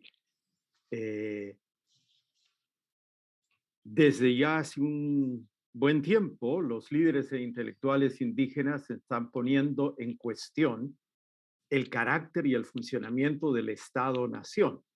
Ese Estado-nación indisoluble que calcamos y copiamos de otras realidades, particularmente de la Francia postrevolucionaria, ¿no es cierto? Entonces, una reconciliación de los latinoamericanos y de las sociedades latinoamericanas consigo misma traería de la mano una reescritura de la historia necesariamente, ¿verdad? Una reescritura de la historia donde es necesario reposicionar la continuidad de lo indígena. Y solo quiero brevemente referirme a lo que ocurre en Guatemala, un país en el que viví y trabajé por 13 años, donde las élites que controlan el Estado se afanan con mucha fuerza en mostrar que lo maya fue y ya no es. Que lo maya desapareció hace miles de años y que las sociedades indígenas actuales, si algo son una suerte de tergiversación o una suerte de mal remedio de lo que fue esa alta civilización prehispánica. Entonces, creo que Jenner ha puesto el dedo en la llaga al poner en evidencia que los pueblos han continuado existiendo pese a la derrota que sufrieron en tiempos prehispánicos, ¿no es cierto? Entonces, esa continuidad de la existencia me parece vital y de otro lado también ese sentido cosmopolita que hoy día cobran los indígenas. Tenemos dos compañeros ahí presentes, Ana y Crescenciano, que dan muestra de ello, pero tenemos a lo largo del continente miles y miles de jóvenes que a través del arte, de la música, del teatro, del rap, del hip hop, ponen en evidencia que lo indígena sigue estando y sigue siendo.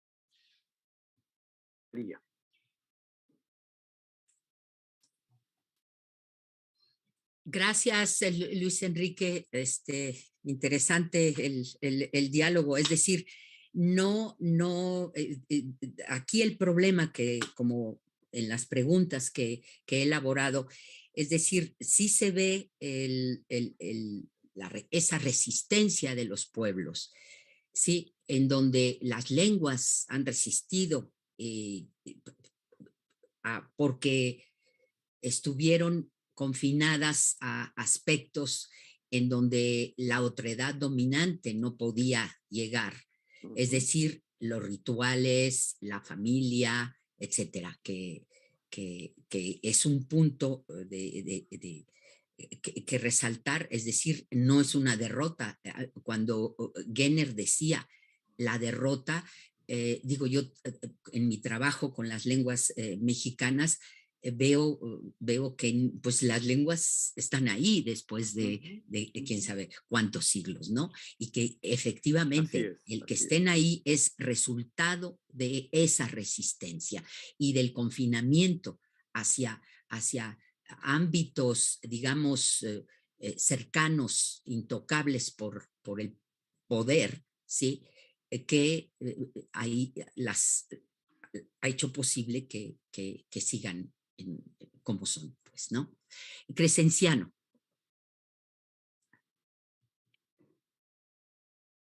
O ni sakanui ni redani. Kanuka no ni choni rana ni takwa na kuyukun ro kibita. Nan rato ro. Nakani ro. Takidan re takushin ro. Duba iyo bashi. Nan saan ro. Nan chakadan ro. Onre tato oka ro. Namakuita. Bebanse gakuyanako.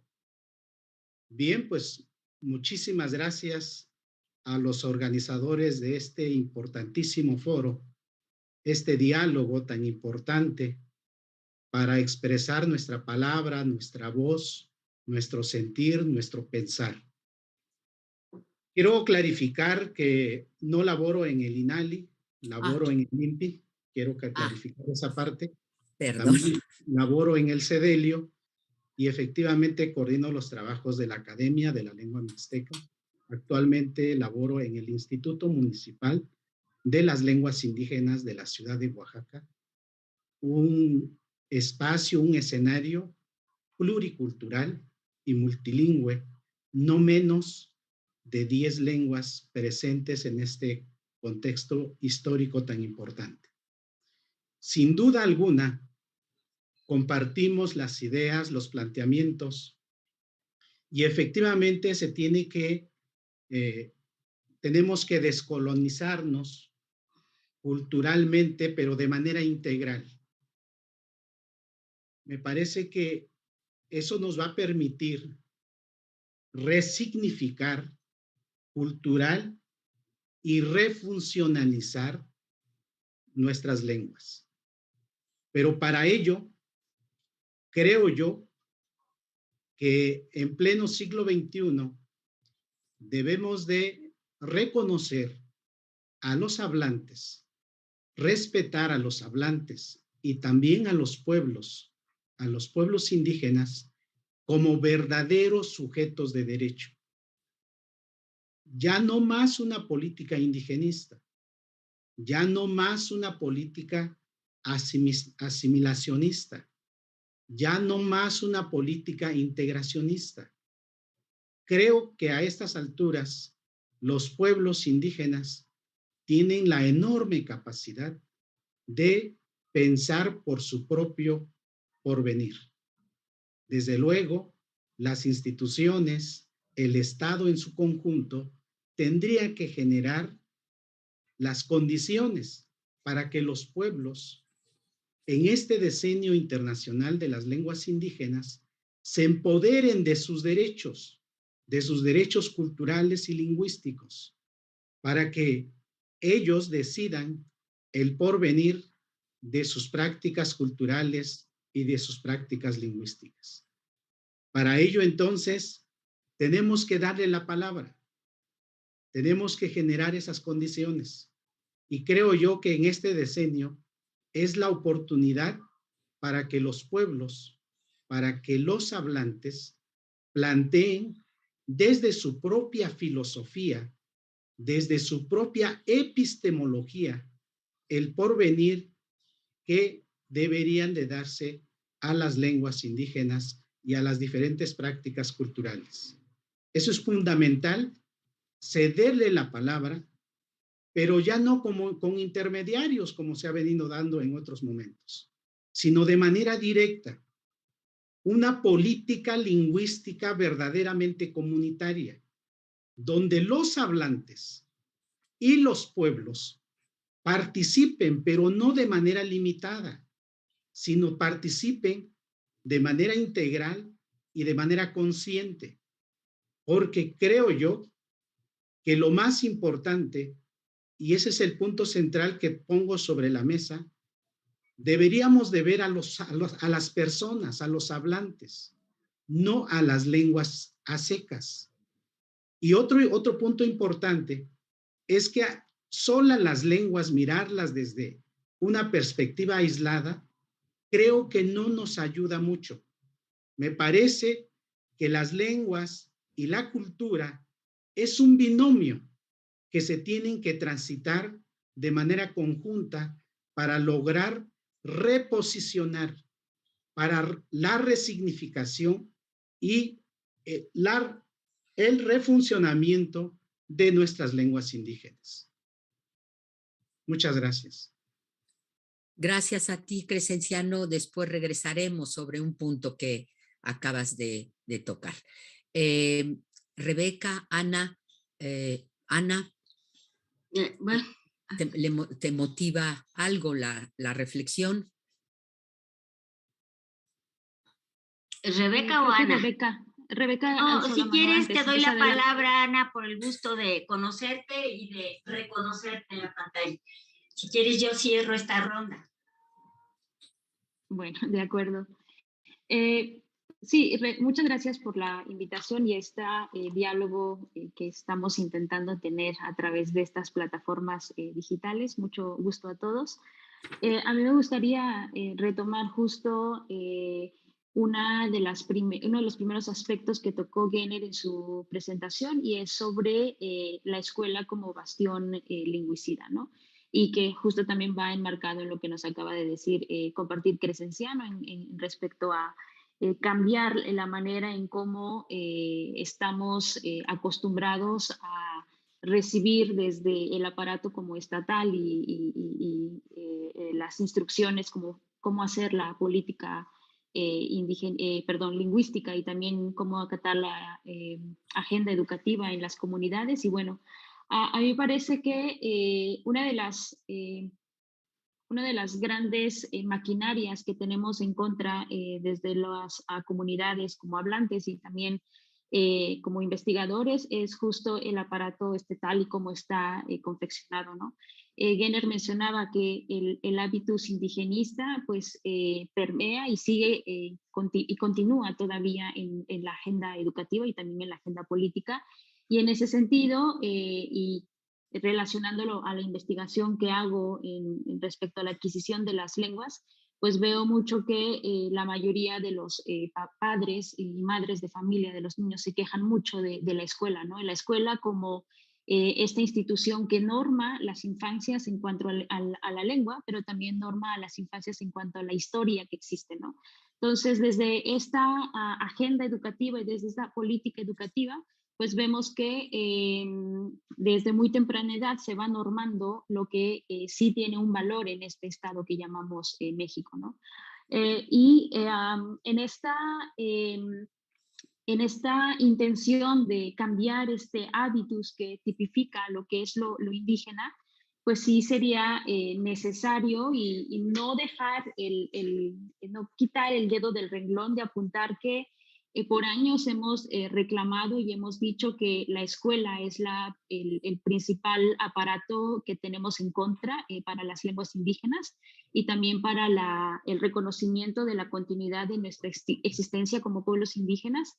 Entonces, ahora vemos, no solo nosotros, tanto Crescenciano como yo, que estamos en estos espacios, pero también vemos que nuestros paisanos mixtecos, zapotecos, mijes están en todas las esferas y en todos los rincones del mundo, ¿no?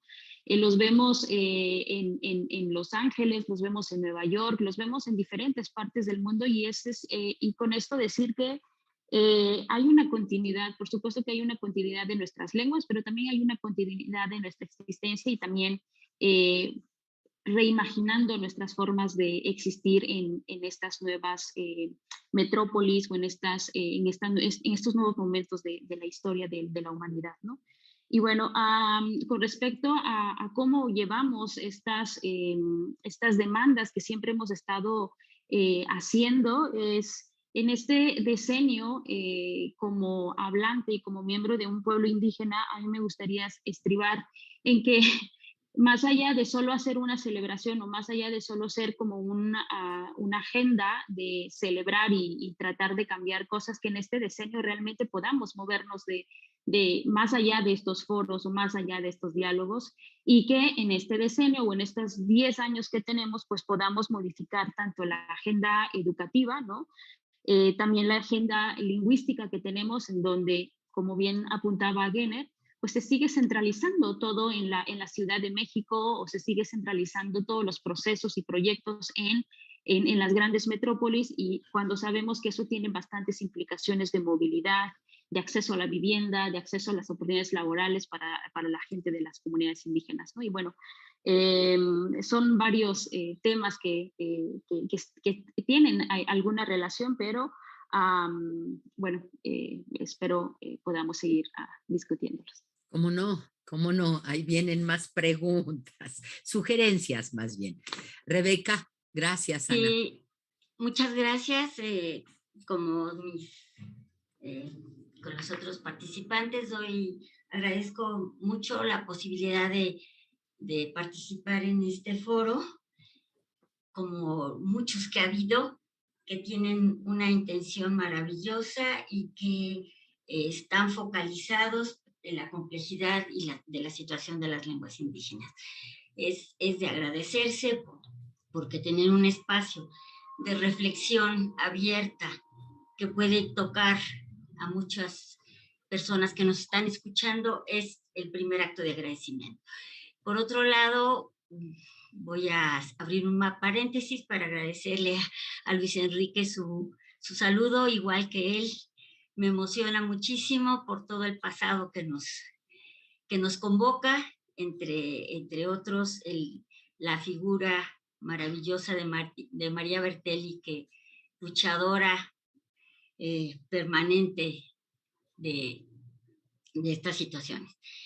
Me da muchísimo gusto conocer a Crescenciano, no tenía el placer de conocerlo, pero le quiero decir que el CEDELIO para mí es una institución fabulosa en donde se trabaja por romper con la contradicción. Es algo que no hemos mencionado en esta mesa, pero la contradicción es el hilo conductor de esta problemática. Y por otro lado, pues estoy fascinada de conocer a Ana. Conocí algunos de sus trabajos de adquisición de lenguaje, que es mi formación primaria. Y bueno, una vez que los he saludado a todos y señalo los puntos de convergencia que tengo con ellos, a partir de la pregunta de Esther Herrera, yo quisiera hablar a partir de mi propia experiencia. Me molesta tomar la primera persona para hacerlo, pero creo que desde que empecé en la Facultad de Filosofía y Letras hace muchos años a dar la materia de políticas del lenguaje, la capacidad de asombro no se terminaba, porque con alumnos de la maestría les preguntaba yo cuántas lenguas indígenas hay en México de maestría en lingüística. Me contestaban, el náhuatl, el zapoteco y el mixteco. Y el japonés. Entonces, claro que sí son lenguas, digo, no son lenguas mexicanas, pero el japonés es una lengua originaria. Y entonces, ¿qué hago? Yo voy a hablar, para hablar de este proceso de decolonización que habla Esther Herrera, y que desafortunadamente nos permea. Ahí retomo el hilo conductor de la contradicción. Estamos totalmente absorbidos dentro de una mentalidad colonial y en efecto, ya lo dijo Bonfil en contadas ocasiones, la resistencia de los pueblos originarios ha logrado traspasar las barreras de la colonización con una resistencia de muchas formas, como él lo decía. Sin embargo, yo considero que este proceso tiene que ser muy, muy fino y muy concientizado. Y voy a hablar de las escuelas primarias, que es donde tengo mi primera, a partir de 2006, estoy siguiendo las poblaciones indígenas en escuelas con población indígena migrante en las ciudades. Este fue otro campo que María Bertelli abrió mucho, ¿no? Los indígenas en las ciudades. ¿Qué sucede en estas escuelas que están albergadas bajo la sombrilla de la política intercultural bilingüe? Uno, los niños, sabemos que el fenómeno de la migración va de la mano con todos los temas que estamos tratando ahorita. Si no vemos la migración como un fenómeno que tenemos que tratar, no vamos a entender el fenómeno nunca. Brevemente, estos niños se van insertando a partir de la migración de sus padres en las escuelas públicas, urbanas. ¿Y qué es lo que sucede? Empieza con un proceso de escolarización vertiginoso en español. A partir del 2006 y hasta el 2022, con todas las investigaciones que hemos hecho en las escuelas públicas de la Ciudad de México con población indígena migrante, no se cumple la política intercultural. La palabra intercultural es un concepto resbaladizo y no hay bilingüismo. Otro concepto lábil que nos tomaría horas de discusión. ¿Qué sucede con estos niños? Si su primer enfrentamiento con el conocimiento formal es el español, poco a poco van adquiriendo y tomando los valores que porta el español. Entonces, yo creo que este proceso de decolonización tendría que empezar en las escuelas, en la educación básica, en donde se revisara realmente, ojalá que el Estado lo hiciera, la presencia de niños indígenas en los salones de clase que se invisibilizan. Ellos mismos se invisibilizan, por lo que ya comentaba Ana minutos atrás, porque los padres viven entre la lengua de prestigio y la lengua de estigma. Entonces ellos mismos tratan de que sus hijos no sigan siendo estigmatizados, no sigan siendo relegados, invisibilizados. Yo creo que una de las acciones más urgentes que tenemos que hacer, y si este decenio nos lo permite y podemos seguir luchando, es crear conciencia en los maestros. Ya hablaba Jenner de los maestros a los cuales respeto profundamente y he visto los milagros que hacen en las escuelas. Sin embargo, también están permeados por una mentalidad muy colonial, en donde la lengua, curiosamente, somos un país plurilingüe, pluricultural, pero la Constitución que marca, que dice, México es una nación única e indivisible.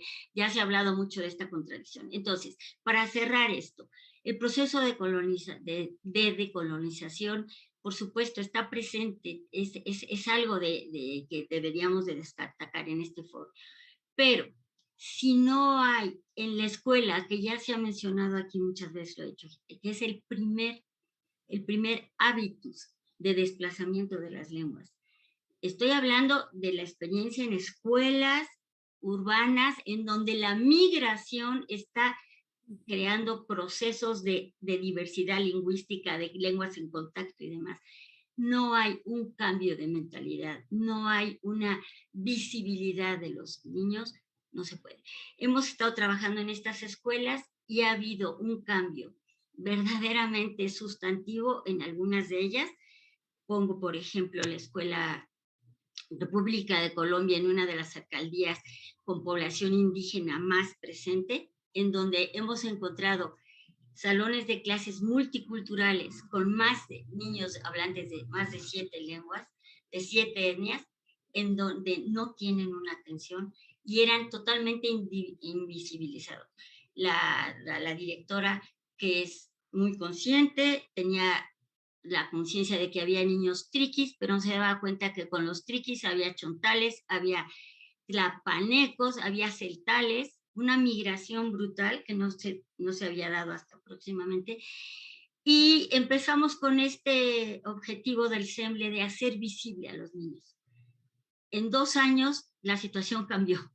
Ahora el Día de las Lenguas Maternas, en febrero, los niños hacen trabajos, se presentan como indígenas, se están visibilizando. Creo que son acciones, porque la política es acción, que más allá de una política de Estado que no se cumple, se puede hacer con acciones de los académicos, de las propias comunidades. La comunidad escolar ha cambiado mucho en estas escuelas a partir de entender que hablar una lengua, no un dialecto, una lengua propia es un don, no es un estigma. Entonces, de colonizar, pues depende en dónde y en qué lugar. Creo que tenemos que centrarnos en que cada uno tiene un hábitus en donde incidir, y ese va a ser el problema en 10 años. Tratar de incidir y de crear conciencia. Muchas gracias. Gracias, Rebeca. Bueno, de alguna manera estás describiendo una situación un poco dramática en un salón de clase que sin duda puede ser, se puede ver en estados como Oaxaca, por ejemplo, que están estoy pensando en el territorio mexicano, que tienen innumerables lenguas y que quizás no se tenga la posibilidad de tener en una escuela solo hablantes de Mije, solo hablantes de Tunsabi, etcétera. Es decir, que se puede dar el caso de tener una situación plurilingüe en el salón de clase, ¿no? A este respecto, a mí me parece que se percibe claramente un binomio, el hogar y la escuela, ¿sí? En este binomio se entrecruzan las políticas lingüísticas, la interculturalidad y el bilingüismo.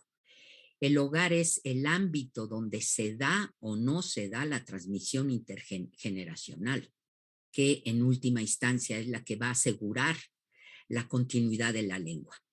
Y la escuela donde se adquieren las herramientas de lectoescritura.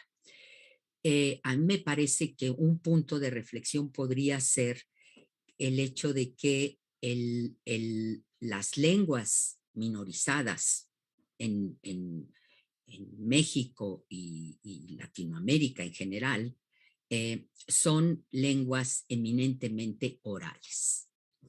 Y esto creo que puede plantear un problema para el cual hay que reflexionar sobre los modelos educativos que se va a tener para estas lenguas, ¿sí? Es decir, el modelo hegemónico pone una énfasis en la gramática de la lengua, ¿sí?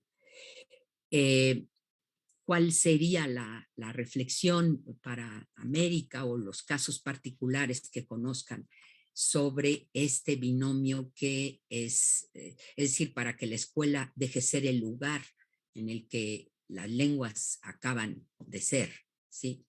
Pero también hay otro que es el hogar, ¿sí? ¿Ok? Bueno, vamos, Luis Enrique, podríamos hacer Luis Enrique Abre, Rebeca Sierra, así, para no estar discutiendo tanto con las levantadas de mano. Ok, Luis Enrique. Bueno, a tu binomio, querida Esther, yo le añadiría el de la escuela, ¿no? Porque es una triada en rigor, perdón, el de la comunidad, que es una triada que está en permanente interacción, ¿no? Y alguna vez hablaba de la interfaz entre la escuela, la comunidad y la familia, ¿cierto? Porque en el mundo indígena el peso que tiene la comunidad es determinante también, ¿no es cierto? Y tú tienes razón, hoy día estamos asistiendo a una situación de creciente interrupción de la transmisión intergeneracional, por lo que ya Rebeca señalaba, ese debate en el cual se encuentran los padres entre la lengua de prestigio y la lengua estigmatizada, y cómo cada vez más los espacios de la lengua estigmatizada se van reduciendo hacia la intimidad del hogar y a veces ya ni siquiera allí, ¿verdad? Por la interrupción de la transmisión intergeneracional, precisamente. Pero también hay que tomar en cuenta que aun cuando la lengua no se transmita de madres y padres a hijos, por la interacción en la comunidad, muchas veces los niños adquieren la lengua indígena como una segunda lengua. Y entonces también estamos ante situaciones no solo de bilingüismos consecutivos como el que menciono, sino de bilingüismos simultáneos, porque al interior de la familia hablada puede ser que papá y mamá le hablen al niño o a la niña en español, pero por ahí el abuelito y la abuelita le hablan en lengua indígena y entonces estos niños crecen como bilingües de cuna, ¿verdad? Creo que lo trágico comienza al momento de la llegada a la escuela, porque en esa reinvención, en ese reimaginar al que aspiran Juan Gregorio y también Jenner, hay que tomar en cuenta que la escuela está anclada en paradigmas metodológicos relativos al aprendizaje y enseñanza de lenguas que son calco y copia de modelos de otro tipo de sociedades, ¿sí? Sobre todo de sociedades industrializadas, ¿no es cierto? Entonces, estamos ante una gran deuda con las sociedades indígenas, ¿no? Y allí profesionales como Ana, Crescencio y otros profesionales indígenas que hay en el continente tienen que ayudarnos a salir de ese entrampe para buscar metodologías de aprendizaje y enseñanza de lenguas que partan de las características propias de las lenguas y de la manera en la que se aprende, se usa y se transmiten las lenguas en las sociedades indígenas, ¿no es cierto? Y pongo, para no alargarme mucho, dos cuestiones. Tú has mencionado el carácter eminentemente oral de las lenguas indígenas, aunque hoy día hay personas que escriben un poco más en ellas, pero no cabe duda que estamos ante lenguas orales y nosotros seguimos enfatizando que las lenguas se tienen que escribir en la escuela, por ejemplo, y tal vez, no sé, voy a ser hereje, quién sabe, pero podríamos pensar en una distribución distinta de las lenguas, dando preeminencia a la oralidad en lengua indígena, y por oralidad no quiero decir solo lo que la escuela reconoce como expresión oral, ¿no? Sino la oralidad como forma de vida indígena, ¿no? Y comenzar con la lectoescritura en castellano, ¿no? Habida cuenta que muchos de los niños indígenas llegan hoy a las escuelas, particularmente en las zonas urbanas, en condición de bilingües, ¿no? Si bien incipientes, bilingües al fin, hasta llegar a un momento, en un tercero o cuarto grado, donde haya la transferencia, la inversa de lo que se ha postulado históricamente, del castellano a las lenguas indígenas, porque históricamente hemos postulado el aprendizaje de la lectoescritura, la adquisición de la lengua escrita en la lengua materna, entre comillas, para su transferencia luego a la segunda lengua, el castellano. Pero resulta que hoy día se nos borran esas distinciones entre lengua materna y segunda lengua, y también tenemos que resignificar qué entendemos por segunda lengua y qué entendemos por primera en contextos de bilingüismo creciente y acelerado como el que están experimentando las sociedades indígenas. Cierro mencionando que en mi país, en el Perú, el 67,7% de la población indígena vive en las ciudades, ya no en las zonas urbanas, y que este porcentaje se incrementa en Chile hasta llegar al 75% y en Argentina al 82%. Entonces, tenemos que cambiar nuestro chip y nuestro imaginario, que indígena es igual a rural, que lengua indígena es igual a lugar remoto, distante de las ciudades, del internet, de la televisión, de la radio, etcétera, ¿no? Y mencionar algo más, que pese a que el 67,7% de la población indígena peruana y sobre todo la quechua vive en urbes, incluida la ciudad de Lima, ¿no? Lima tiene el distrito, la circunscripción política geográfica del país con el mayor número absoluto de quechua hablantes. ¿Ah? No relativo, pero absoluto, ¿no? Cerca de 1 millón de personas viven en Lima, de 11, que no es poca cosa, ¿no? Sí. Pero pese a esa situación, Esther, el último censo también da cuenta de un crecimiento del número de hablantes de quechua en 500,000 personas.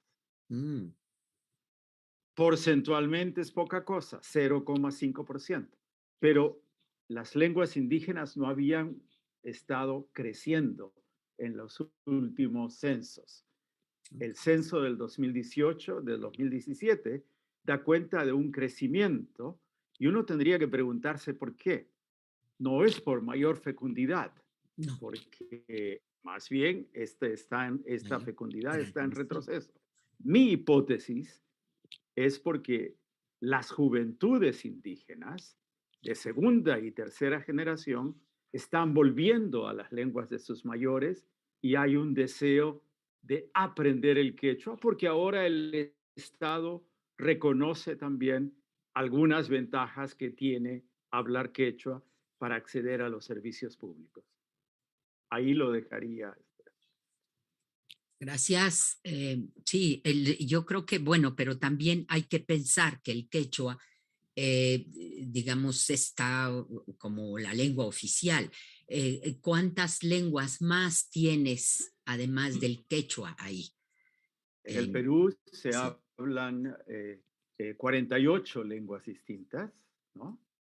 48 lenguas distintas, la más numerosa es el quechua. El quechua, le sigue el aymara, le sigue el shipibo, el ashaninka, y así vamos descendiendo, ¿no? En la cuenta, digamos, ¿no? Y supongo que el escenario que planteas de incremento no es igualmente verificable en estas otras lenguas que están más alejadas. No es que esté pensando que por alejado se pierde, ¿no? Sino que las condiciones para la escuela, para las facilidades que pueda haber, se dificultan para ciertas lenguas, ¿sí? Te doy una evidencia que recogí ahora en el mes de mayo.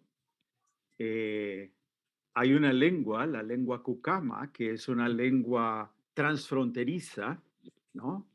Cuyos hablantes residen hoy día, por razones históricas que no es el caso analizar aquí, en Colombia, en Brasil y en la Amazonía peruana, ¿no? En esta zona de esta triple frontera, ¿no? Los Cucama, hasta hace unos 30 o 40 años, no existían. Eran considerados mestizos, o usando el término que usan los sociólogos y antropólogos para ese tipo de población, ribereños, en tantos viven en la ribera de los ríos, ¿no? Eran catalogados como mestizos y ribereños. Hoy el censo los reconoce como indígenas. Y hay un dato importante que hay lenguas de clase, hay lenguas de Cucama por internet. Esto surgió en la pandemia. Hay mayores Cucama que están enseñando Cucama a su aire, a su manera. Cobran 50 soles por por mes, equivalente a que unos $15, digamos, ¿no? Unos $15 por mes, y había más de 100 personas no indígenas que querían aprender cucama con ellos. Y por otro lado, al interior de la comunidad ha habido una suerte de reencuentro entre la última generación que tuvo la lengua como lengua de uso predominante y la primera que dejó de hablarla. Crearon una escuela comunitaria, pero no una escuela como lo imaginamos. Le llaman escuela porque algo hay que llamarle, ¿no? Un espacio de encuentro intergeneracional donde los jóvenes aprendieron cucama, rapearon en cucama, se convirtieron en un ícono de cobertura nacional, y hoy hay una generación de neohablantes entre jóvenes y niños de esta lengua, de manera que una lengua que dábamos por perdida y unos hablantes que ya no se reconocían como indígenas, hoy día vuelven a autodenominarse cucamas, recuperan la lengua y buscan alianzas con sus hermanos de Brasil y Colombia para constituir una entidad más fuerte. Gracias, Luis Enrique. Ana o Crescencio, o Crescenciano. No, como gustes. Yo estoy en la mejor disposición de cederle el espacio a Ana. Vamos, para que sea 1 y 1. Bueno, 1 Muy y 1. bien. Vamos, Ana. Sí, está bien. Sí, muchas gracias. Retomando este binomio que nos planteaba sobre el hogar como el espacio que favorece la transmisión de las lenguas y la escuela que tiene el interés de propiciar la formación y el desarrollo de las habilidades en la lectoescritura, eso me lleva a pensar que por muchos años los que estudiamos lenguas indígenas, hemos estado acostumbrados al contexto donde tenemos hablantes bilingües, ¿no? Que quizás sea el caso de Crescenciano y también el mío, que crecimos aprendiendo la lengua materna o la lengua indígena en casa y después aprendimos el español. Creo que los escenarios actuales y con la transmisión de las lenguas nos lleva a pensar en otros escenarios que no habíamos pensado, ¿no? Estamos viendo es que la mayoría de los niños están creciendo siendo monolingües en español y de la lengua de casa, ¿no? En estos campos de la academia, pues a veces los hemos nombrado como hablantes de herencia, hablantes receptivos, ¿no? Entonces eso de entrada ya nos mete en otro tipo de investigación y en otro también tipo de planes de estudios para esta población en concreto. Y aparte estamos viendo también que hay varias comunidades en donde la lengua originaria ha sido desplazada y ahora necesitamos reintroducir la lengua, pero como una segunda lengua, ¿no? Entonces, creo que en este momento podemos identificar 3 escenarios, ¿no? Donde tenemos hablantes bilingües, donde tenemos hablantes de herencia, pero con una mayor competencia en español, y los escenarios como parece ser que a donde se está orientando mi pueblo, por ejemplo, donde tenemos que introducir la lengua originaria como segunda lengua. Entonces ya son 3 escenarios diferentes que necesitan 3 soluciones diferentes, ¿no? Eso me lleva a pensar que si por mucho tiempo estuvimos hablando de los proyectos o del modelo mixto en donde se enseñaban 50 y 50 la lengua mayoritaria y 50 la lengua minorizada, pues retomar algunos de esos modelos dependiendo también del contexto de la lengua que tenemos y de las que ya enumeré hace un momento. Y también pensar cómo manejamos la oralidad para las lenguas que todavía permiten que hablemos de la oralidad de su situación como lenguas orales, ¿no? Entonces, a mí me gustaría que en este decenio realmente habláramos de estos 3 escenarios, de estos 3 momentos que estamos teniendo como hablantes, ¿no? Y que estas 3 situaciones nos representan soluciones complejas y soluciones pertinentes a ellas. No podemos seguir o pensar que el mismo modelo educativo va a solucionar estos problemas. Necesitamos diseños concretos y con eso también decir que los maestros de verdad que necesitan ser capacitados, ¿no? Y tienen que trabajar en una inercia o en una colaboración con personas como nosotros, como investigadores en lenguas indígenas, y retomar como proyectos más colaborativos en donde realmente el trabajo que hacemos, la investigación que hacemos, tenga aplicaciones concretas en estos escenarios. Entonces, a mí dejo ahí los 3 escenarios, ¿no?, que estamos teniendo en México y cómo estas soluciones, cómo estos escenarios necesitan soluciones concretas y la articulación que las instituciones como el Colmex, como incluso aquí en la UAC, y en otros escenarios necesitamos articularnos con estas realidades muy concretas. Muchísimas gracias, Ana. Crescenciano, por favor. Sí, si me permiten compartir, Sí, hice una diapositiva que quiero ocupar para esta segunda intervención. Bien, desde mi punto de vista son, como venía yo comentando en mi primera intervención, son 2 escenarios que por más que uno busque que se encuentren o que al final se disuelve uno por el otro, que es precisamente lo que el Estado viene planteando, la integración de lo indígena hacia lo nacional, me parece que son 2 escenarios y que justamente lo que yo comentaba es que hay una filosofía, hay una cosmovisión y hay una filosofía, pero también hay una epistemología de cómo se construye el conocimiento en la vida comunitaria. Y eso yo le llamo educación primera. Sí, o sea, antes que el niño llegue al salón, ya sabe que tiene 5 borregos. A lo mejor lo que no sabe es cómo representar en la escritura esos 5 borregos, pero ya sabe que tiene 5 borregos, ¿no?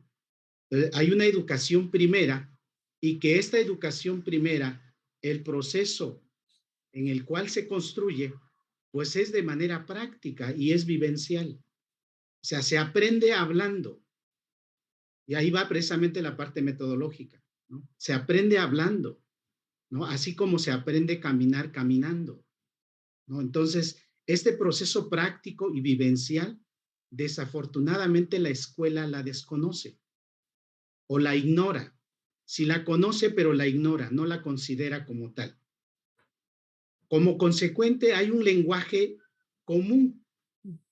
Hay un lenguaje común en el caso particular, tú sabes. Y la adquisición de esta lengua se da de manera natural. No hay que ir a un espacio áulico para aprender, sino se da a través de la relación e interacción con el otro igual y diferente que yo. Bien. Y el contenido fundamental, y es ahí, aquí va precisamente lo que yo comentaba, que hay un binomio entre la parte lingüística y la parte de la lengua y la cultura, es que el componente rector y transversal de la cultura es la lengua.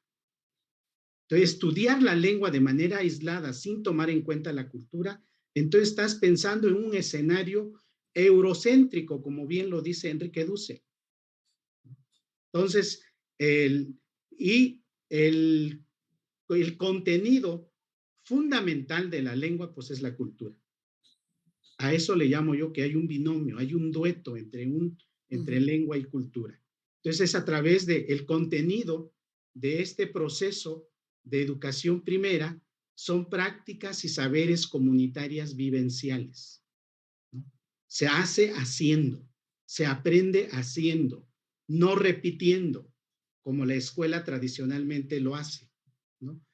Y esta educación primera responde en y para la vida social, para la vida colectiva. porque los pueblos se caracterizan precisamente por esta colectividad, por el bien de todos. No así la escuela. La escuela ya implementa una visión eurocéntrica. ¿Por qué? Porque su perspectiva, su filosofía, su perspectiva educativa y pedagógica, pues va orientada precisamente hacia el individualismo. Eso le llamo yo una educación segunda, que se da en un proceso áulico, es instruido, pero es ajeno, es totalmente ajeno, porque para empezar, muchas de las veces los planes de estudio y los materiales educativos lo hace un equipo académico que seguramente desconoce la parte comunitaria, ¿no? Y hay un lenguaje ajeno, que no es que esté mal, sino cómo retomar la educación primera y luego retomar la segunda educación, que me parece que son dos procesos que nunca se encuentran.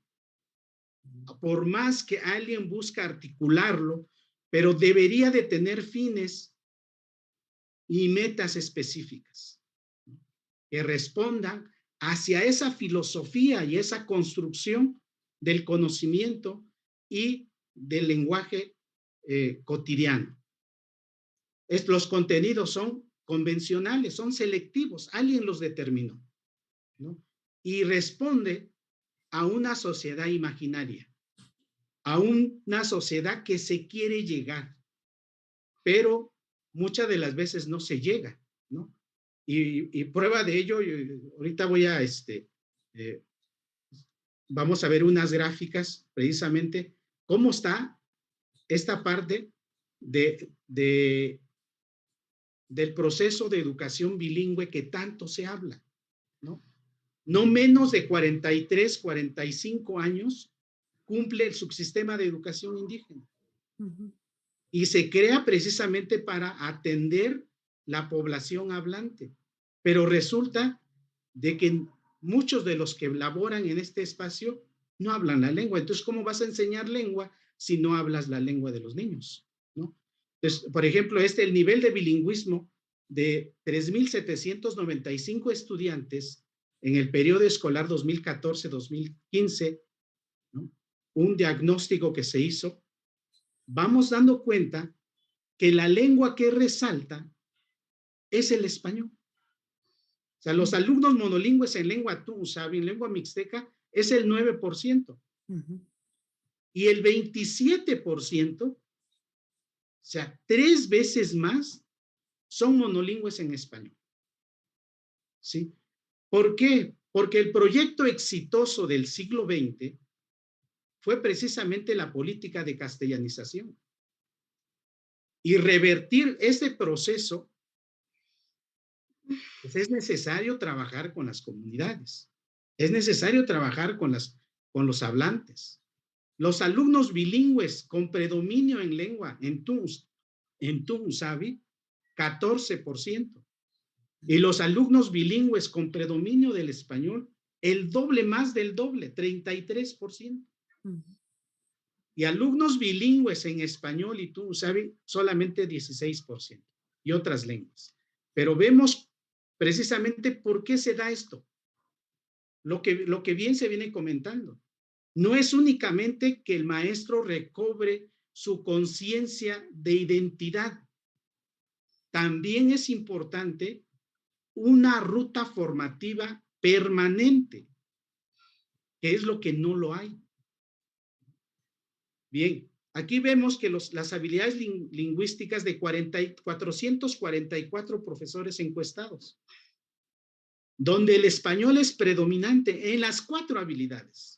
Entienden 20 en tusabi, 25 en español. Hablan 16 en tusabi, 28 en español. Escriben 16 en tusabi, 24 en español.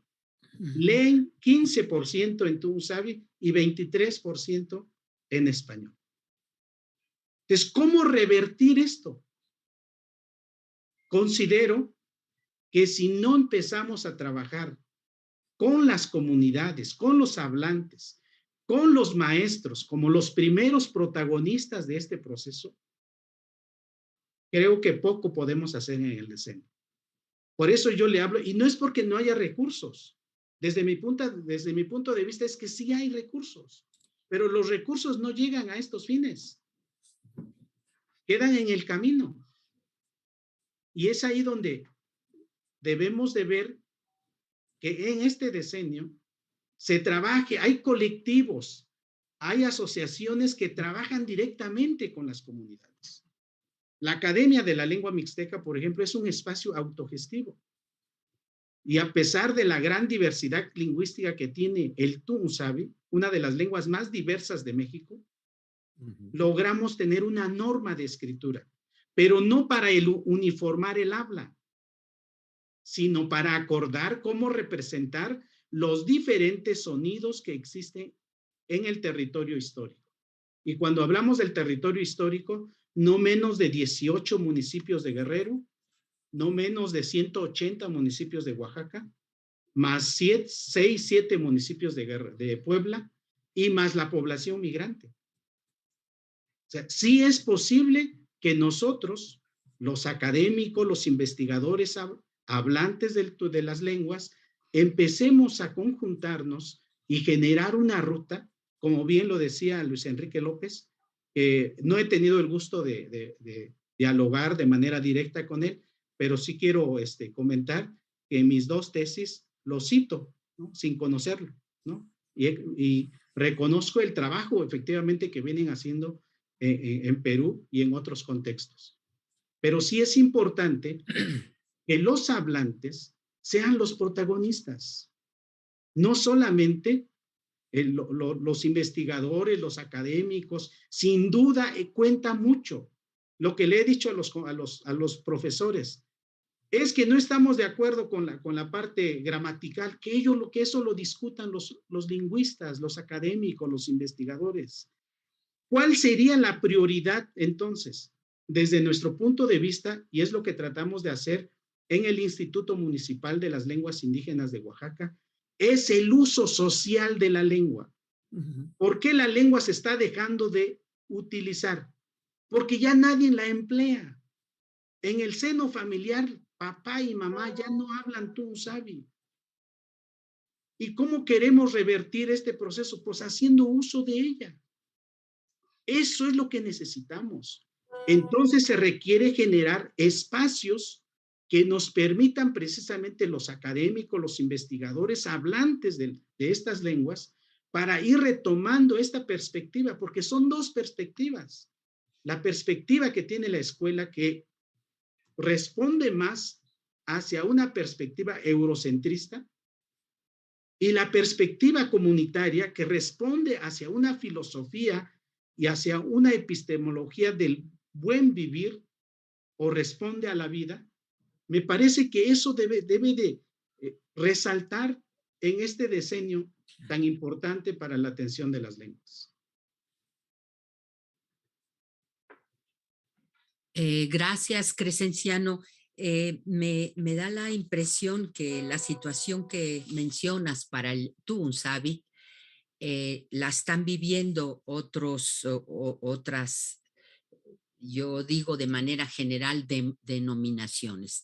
Es decir, que el mixteco hablado en 3 estados plantea problemas específicos para su alfabeto, para los libros, etcétera, porque pues a priori no vamos a suponer que son la misma lengua, pueden ser incluso lenguas que tienen diferencias sustanciales, y que en ese mismo caso estarían el zapoteco, esa denominación grande que Suárez decía que era había una diversidad igual que la de las lenguas romances, es decir, no sabemos todavía cuántas lenguas zapotecas hay, ¿sí?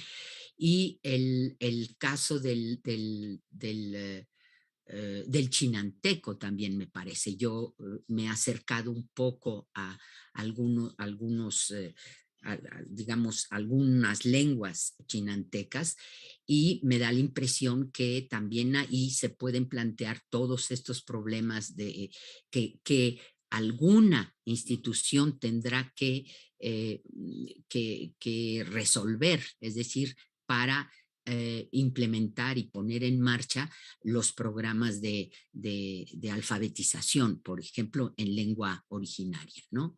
Que el caso del Tungusaki. Rebeca, ¿podría cerrar este fragmento? Estoy de acuerdo con gran parte de las cosas que se han mencionado aquí, pero se quedan como cabitos sueltos volando que yo quiero retomar. Y retomando esta frase tan hermosa que dijo Jenner de contar una historia nueva, creo que en este binomio que mencionó Esther Herrera sobre comunidad y escuela, tenemos que partir de que la diversidad está presente y permeando en todos los problemas que estamos aquí tratando.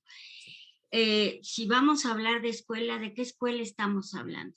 Estamos hablando de la escuela rural, estamos hablando de la escuela indígena, estamos hablando de las escuelas urbanas o estamos hablando de las escuelas multigrado donde los niños jornaleros pasan una parte de su vida y se trasladan a otro. La complejidad del problema es mucho. Por otro lado, binomio escuela-comunidad, quisiera retomar este canto a la esperanza, esta historia nueva que ya se está haciendo en México, que ya hay escuelas llamadas de aprendizaje situado.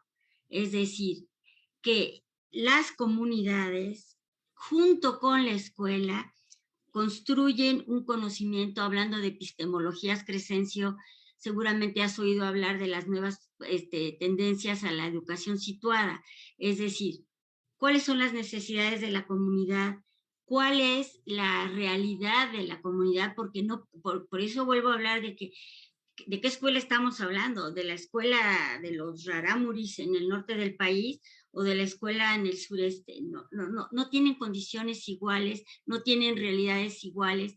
Desde un punto de vista de la concepción del mundo, no tienen la misma geografía para que sea significativo para ello. Por ejemplo, la milpa ha sido sumamente significativa para algunas culturas, pero en otras culturas no es la milpa, es otro tipo de acto. Entonces, yo creo que una de las maneras de trabajar más fuerte en este sexenio es retomar esta historia, esta idea de la educación, el aprendizaje situado. De ninguna manera las necesidades de un niño maya yucateco pueden ser las mismas de un niño kumiai, que se está trabajando muchísimo para revitalizar sus lenguas. Hay muchos materiales educativos para revitalizarla. Y entonces yo en este sentido creo que dentro del aprendizaje situado, uno de los principios fundamentales es partir de la comunidad. La comunidad tiene que ver con la escuela. No es un hábitus, bueno, esa es la apuesta del aprendizaje situado en cada uno y significativo en cada una de las regiones que se toman. Pero si volvemos a las realidades que nos circundan por la migración, de esto que ya habló Luis Enrique, y que es una realidad mundial en donde esta migración está poniendo de relieve muchos problemas lingüísticos. Este foro está muy enfocado hacia la diversidad lingüística, lenguas en contacto. Tenemos que tener una visión muy diferente ahora de la educación y de la escuela para poder realmente hacer una comunidad global como plantea este foro. Es decir, una comunidad global yo todavía no la puedo imaginar, pero sí puedo imaginar que tenemos que romper paradigmas. Si no rompemos paradigmas, no vamos a romper nada en absoluto, ni en las escuelas urbanas, ni en las escuelas indígenas. Y hago una acotación a lo que decía Esther. No, yo no creo que las escuelas mixtecas tengan la misma problemática que las escuelas citadinas. Curiosamente, Esther, y he tenido el privilegio de dirigir 2 tesis de hablantes originarias de lenguas, una del Mazateco, de Villa de las Flores, Oaxaca, en donde en su escuela titulada Escuela Bilingüe Intercultural Benito Juárez, no se da una gota de mazateco. Por decisión de la comunidad. Por decisión de la comunidad. Es decir, la comunidad, y hay una frase maravillosa que yo quisiera profundizar en algún momento de la investigación. Para muchos indígenas, Crescencio, me podrías corregir si estoy equivocada, o Ana, si estoy equivocada, no me gusta tomar la palabra de algo que no me pertenece, pero se dice, una cosa es saber y otra cosa es aprender. Este juego entre saber y aprender, hemos entrevistado a miles de padres y dicen, el título de la tesis de esta niña, que por cierto está en Bolivia, en Cochabamba, haciendo su doctorado, tengo ese gran orgullo, le contestan los padres, ¿y para qué va a hablar mazateco en la escuela? A la escuela se va a hablar español. Es decir, está introyectado ya la necesidad de hablar el español. A la escuela se va otra cosa, ¿no? A la escuela no se va a aprender la lengua indígena. Entonces, estas contradicciones de las que yo hablaba y las que permanentemente visualizo en las escuelas con población indígena urbana, hay que repensar la escuela. Es que la escuela era la panacea, el lugar donde se iba a aprender.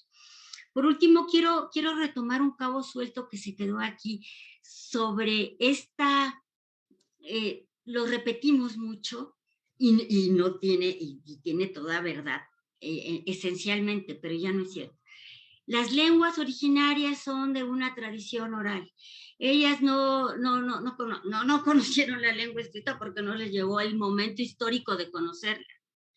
Porque por alguna razón, a la llegada de los españoles, estaban a punto de pasar a una escritura fonética que ya no se dio el salto, y entonces se impuso el castellano sobre ellos.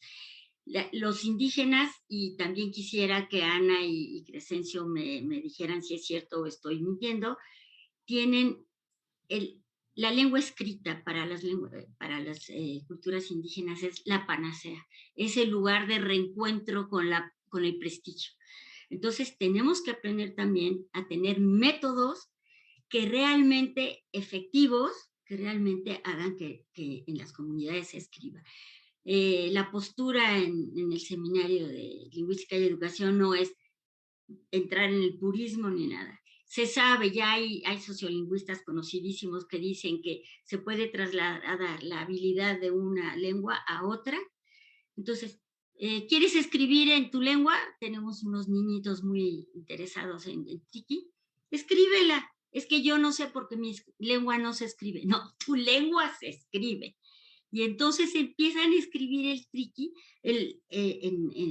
como les suena. Entonces, creo que el paso de la oralidad y la escritura es una gran deuda que le tenemos también a las lenguas indígenas. La lengua escrita es un derecho, es la manera de plasmar el sentimiento, los saberes y las conductas. Entonces, yo quisiera cerrar esto con que comunidad y escuela es un binomio que sí puede alternar. Y la tendencia actual en la educación comunitaria, porque nada más hemos estado hablando de políticas y no hemos hablado de las políticas de autodeterminación de los pueblos indígenas. Y la autodeterminación de los pueblos indígenas es hacer una educación significativa, situada con las realidades de su entorno. Recuerdo una ponencia que presentó magnífica Lourdes de León, una colega nuestra que todos conocemos, que trabaja en las comunidades celtales y tzotziles, en donde hizo un recuento del vocabulario en tzotzil. Es de una riqueza impresionante. Entonces, creo que la gran deuda es ya no dicotomizar la realidad, sino entender que la diversidad lingüística de México es, o como se ha visto, o un vaso lleno o un vaso medio vacío. ¿A dónde va? ¿A qué vamos a apelar? Si es el vaso medio lleno, si es un don, la diversidad, entender que la diversidad no es homogénea. Ese es un gran fracaso de las políticas. Homogeneizar y tener un currículo nacional para, ahora se va a enseñar la lengua indígena como segunda lengua o como primera lengua si estamos en comunidades. No se puede homogeneizar. Tenemos que entender que la diversidad es diversidad de saberes, de epistemologías, y a partir de ahí recuperar la escuela como un hábitus de significativo, no de desprestigio y desplazamiento. Muchas gracias. Bueno, ojalá pudiéramos hablar de la autodeterminación, que también tiene muchísimas aristas. Viendo la hora, creo que será una o dos preguntas porque hay muchísimos comentarios. Me gustaría recibir sus reflexiones, que el público las reciba, tanto en México como en otros países de América Latina, sobre digamos, este complejo mosaico de lenguas que ofrece y que no todas están en la misma situación, y que creo que en términos de acciones se tiene que pensar digamos, pensemos en el maya, zapoteco, mixteco, por poner unos, o en el quechua o aymara, ¿sí? Que son lenguas con un robusto número de hablantes frente a otras lenguas, y voy a citar algunas de México, el cumiay de Ensenada, el izcateco, que había 3, 4 hablantes hace algunos años, el ayapaneco, que desde hace años se está diciendo que ya no hay hablantes, etcétera. Es decir, que por un lado, en este escenario tenemos estas lenguas que permiten, porque hay, desde el punto de vista de número, pueden promover una movilización y una reflexión, etcétera. Pero estas otras lenguas que están en grave peligro, como qué podemos imaginar como acciones específicas, ¿sí? Para, pues, digamos, para revitalizarlas particularmente, ¿no? Que creo podría ser la urgencia en estos casos, ¿no? Sí. Luis Enrique. Perfecto, gracias. Primero, si me permites una licencia, quisiera comentarle a Ana que la idea de los escenarios es fundamental y engarza precisamente con aquello en lo que terminó Rebeca, ¿no es cierto? No podemos ver la diversidad lingüística oponiendo dicotómicamente lo indígena a lo hispanohablante, porque tan diverso es lo uno como lo otro, ¿sí? Y decirte, Ana, que en el Perú la Política Nacional de Educación Intercultural Bilingüe reconoce 3 escenarios, ¿ya? Uno que denominan de fortalecimiento, referido precisamente a aquellas comunidades en las cuales el uso de la lengua está fuerte, aun cuando haya situaciones de bilingüismo. El segundo escenario lo denominan de revitalización, para referirse a aquellos contextos, sean urbanos, no, son rurales en los que la lengua está siendo desplazada por el castellano. Y el tercero le llaman de EIB urbana, ¿no? Entonces tienen estos 3 escenarios, y para cada uno tienen lo que ellos denominan aquí en el ministerio un modelo de servicio diferenciado para educación intercultural bilingüe de fortalecimiento, otro para educación intercultural bilingüe de revitalización y otro para EIB urbana. En Guatemala tienen 4 escenarios y van un poco por contextos monolingües, que en Guatemala todavía los hay, ¿no? Y muy fuertes. Segundo, bilingüismo con predominancia de la lengua indígena. Tercero, bilingüismo con predominancia del español. Y cuarto, niños indígenas que han perdido uso activo de su lengua, pero pueden recordarla o ser hablantes pasivos o incluso recordantes de la lengua, ¿no? Entonces, ahora sí paso al punto que tú mencionabas, querida Esther. El tema de la revitalización lingüística, sin lugar a dudas, es un tema nuevo que está emergiendo, se está convirtiendo en una disciplina en sí, un brazo de la sociolingüística aplicada, digamos, ¿no? Y se está distanciando y diferenciando cada vez más de la documentación de lenguas, ¿no es cierto? ¿No? Porque ya no es la lengua como objeto que hay que documentar, que hay que archivar, que hay que colocar en algún nicho, sino es la lengua como hecho social, ¿no? En la línea que Crescenciano mencionaba, de hablar, hablar, hablar, hablar, hablar incansablemente para devolverle funcionalidad social a la lengua, ¿no?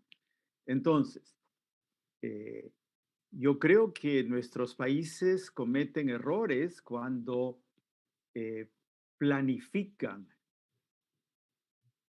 con un solo rasero para una situación lingüística de suma diversidad.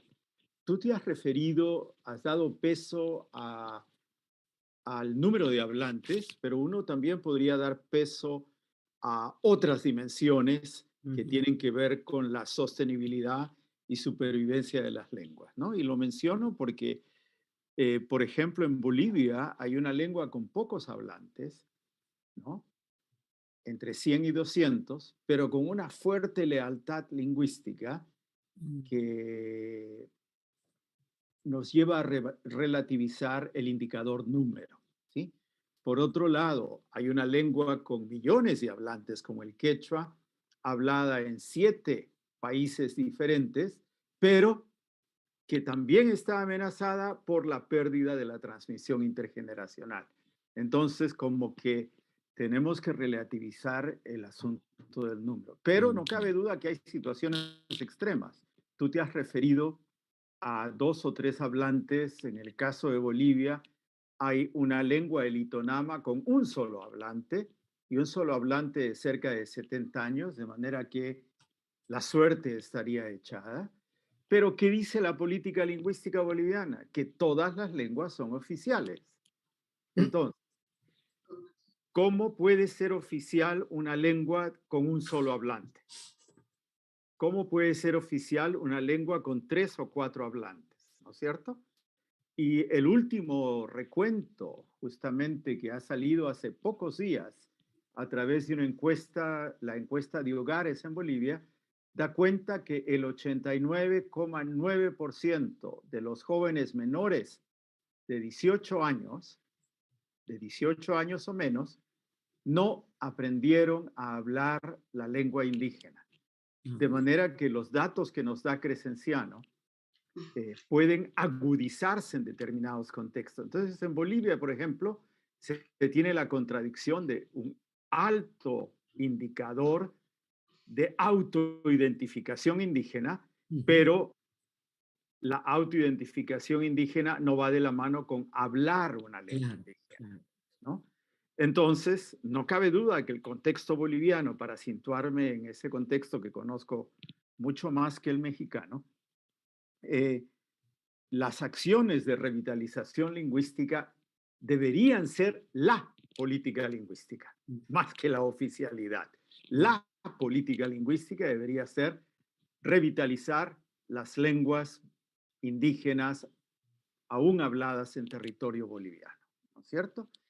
Pero no hay una sola receta para revitalizar las lenguas, así como Rebeca insiste en que no hay una sola forma de hacer escuela, tampoco hay una sola manera de revitalizar lenguas, y uno tiene que situarse en el contexto particular, el contexto sociolingüístico, sociocultural y socioeconómico en el cual una lengua se va a revitalizar. Por ejemplo, ¿estará el alcalde de la localidad dispuesto a invertir en la revitalización de las lenguas? Porque eso no se podrá hacer desde la paz. no será lo mismo a 4.200 metros de altura o 3.600 metros de altura, donde está la sede de gobierno, que en las llanuras amazónicas, ¿no es cierto?, que están a miles de kilómetros de distancia. Entonces, la realidad es muy distinta, las fuerzas son distintas, el presupuesto del Estado Nacional no va a llegar a tal comunidad donde quedan una docena de hablantes. Luego, ¿qué edad tienen estos hablantes? ¿No? Eso también es determinante. Luego, ¿cuál es la actitud de los jóvenes respecto de la recuperación de la lengua? Y luego, ¿cuál es la voluntad de los padres que no transmitieron la lengua de, por ejemplo, adoptar medidas como las que ya están en curso en algunos países y que tomamos prestada de Neozelanda, el tema de los nidos lingüísticos, ¿no es cierto? Entonces, creo que hay un sinfín de estrategias. Hoy día ya tenemos pruebas y evidencias que algunas cosas funcionen. Yo les daba una evidencia de la escuelita Ikari de los Cucama, que de escuelita solo tiene el nombre, ¿no? Porque no es una escuela, ¿no? Es un espacio de interacción oral, allí, oral, entre ancianos que hablan la lengua y niños que se apropian de ella. Eso ha funcionado allí, funciona. Los nidos lingüísticos, tenemos evidencia científica que funcionaron en Neozelanda, en Nueva Zelanda, y ya hay algunos contextos latinoamericanos en los que se están implementando nidos lingüísticos. Hay otra experiencia entre los mapuches, que son los internados lingüísticos, que adaptaron de una experiencia en el País Vasco en España, ¿no es cierto? Internados lingüísticos donde durante X número de fines de semana y durante periodos vacacionales, sean mapuches o sean hispanohablantes que quieren aprender el mapuzungún, pasan por procesos de inmersión total en la lengua, primero escuchando y a través de la mímica y la interacción entendiendo, luego balbuceando y luego pronunciando algunas frases y expresiones, ¿no es cierto? Pero creo que hoy día tenemos un abanico de opciones. La guía que publicaron José Antonio Farfán y Lorena Córdoba, por ejemplo, de revitalización lingüística en México, da algunas pistas interesantes. En Cochabamba produjimos otra guía más comunitaria, ¿no? No tanto desde la institucionalidad, sino desde abajo hacia arriba, desde la comunidad, pero hay por ahí pistas, yo diría, para un campo que está en construcción. Pero sí coincido con todos ustedes que las políticas tienen que repensarse con base comunitaria. Ya no da más el pensar políticas de arriba hacia abajo.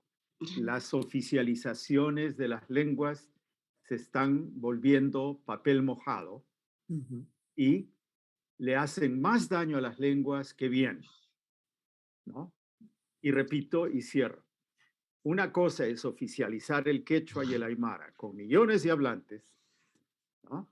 Y otra cosa es oficializar una lengua como el resígaro en el Perú con un solo hablante, ¿no? Bueno, muchas gracias. Realmente, digamos, yo evoqué la noción de número de hablantes porque, digamos, en esa medida aumenta la posibilidad de acciones, ¿sí? Como vemos toda esta ebullición que hay en maya, zapoteco, mixteco, etcétera, ¿no? Pero que pienso en estas lenguas con tan pocos hablantes que dices, para estos hace falta una acción específica, ¿no? Es decir, hay cosas más urgentes. Y quizás, si me permites una cuñita, perdón que tome la palabra, pero... Sí, no. El uru es una lengua que se habló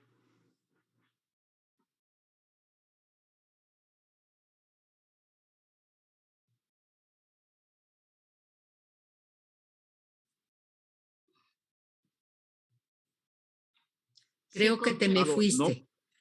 No por el español. Ajá, creo que te fuiste, no te oí. Ah. Se quedó congelada la imagen. Ok, quizá me estoy moviendo demasiado con la emoción.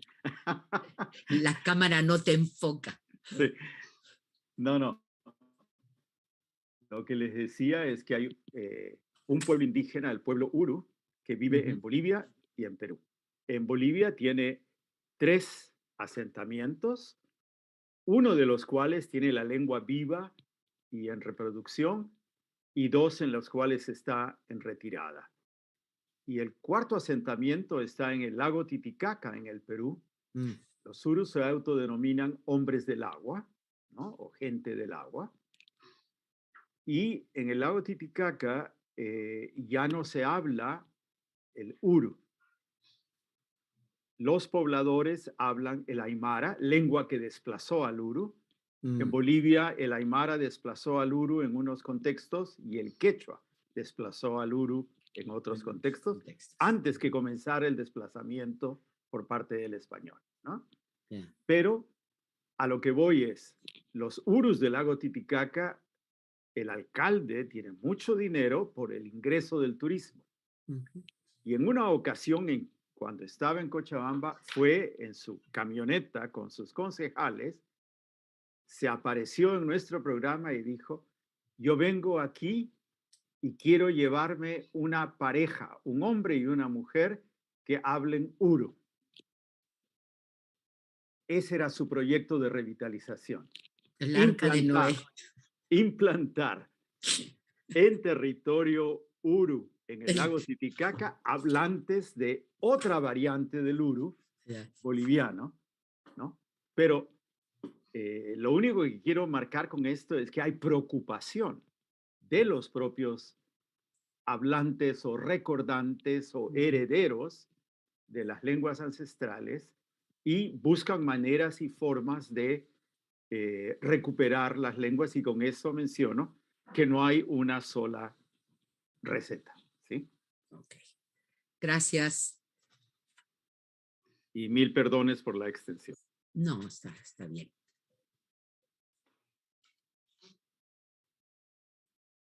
Ana, digamos, no voy a cortarles la palabra. Viendo solo el reloj, les pediría un poquito brevedad para poder cerrar la mesa y dar lugar a las preguntas que tenemos. Ana, por favor. Sí, gracias. Retomando brevemente lo que nos compartió Luis Enrique, en México estamos todavía muy lejos de pensar en esta agenda, ¿no? de enseñanza diferenciada para los diferentes contextos que tenemos. Y bueno, retomando la pregunta que que nos habías planteado, Esther, me parece que ahora en México y en las comunidades migrantes mexicanas asentadas en otros territorios están planteando diferentes iniciativas de revitalización lingüística y que tienen totalmente una base comunitaria, ¿no? Puedo nombrar ahí, por ejemplo, el colectivo Triqui, que está en Oaxaca, la misma Academia Mexicana de la Lengua Mixteca, los Cucapás en Baja California, por ejemplo, que también tienen un proyecto de investigación aplicada y codiseñada, como nos decía Genner, entre miembros de la comunidad, pero también investigadores de la Universidad de Baja California. El colectivo Mije, que también mencionó Genner en algún momento en su presentación. También está, por ejemplo, el proyecto Taniuco para la revitalización del Wixárika en contextos urbanos, pensando en las comunidades migrantes que también trabaja Rebeca. Y también también eso me hace pensar en el proyecto de revitalización que tiene la comunidad purépecha en Washington, en el estado de Washington, en Estados Unidos, donde buscan como introducir la lengua como segunda lengua para los niños de allá, ¿no? Entonces, creo que bajo esta sombrilla de revitalización lingüística, pues hay muchísimas iniciativas que tienen esta base comunitaria y que, como decía Luis Enrique, es más bien pensar cuáles son las condiciones que tienen cada una de estas lenguas y comunidades y pensar ¿qué ejemplo de estos que ya tenemos documentados y que hay muchas cosas escritas pueden funcionar para estos contextos, ¿no? Lo que ahí vemos y está muy relacionado a lo que nos presentaba Jenner en la mañana es que también el acceso al conocimiento sobre nuestras investigaciones y sobre lo que se ha escrito sobre estos modelos, pues están escritos en lenguas mayoritarias y que también si queremos que por ahí se está creando un eco. Sí. Gracias. Bueno, que si queremos que las investigaciones que hacemos lleguen a las comunidades que nos interesan, también pensar en un formato de traducir estas investigaciones en una lengua local, ¿no? O la lengua de mayor acceso a la población que nos interesa. Eso también me lleva a pensar que, aparte de estos proyectos de revitalización lingüística con base comunitaria, también están estos otros proyectos que se han denominado como de revitalización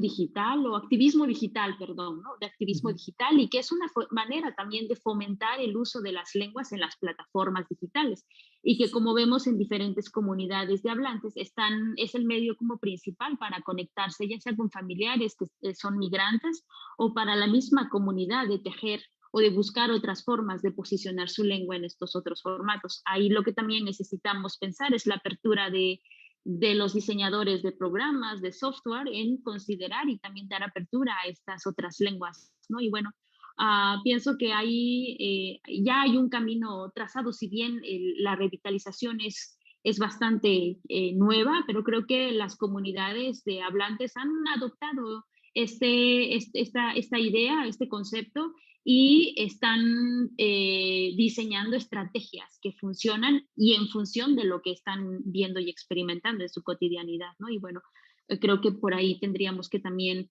mirar y saber qué de estos proyectos funcionarían para las diferentes lenguas que tenemos en este país tan diverso, y claro, alejarnos de toda la institucionalización y todo el papeleo y de el reconocimiento de las lenguas, que vemos que a años de esto, a décadas de la oficialización, siguen siendo en papel, ¿no? Y son las comunidades y las bases comunitarias las que están moviendo la política lingüística o la revitalización lingüística, perdón.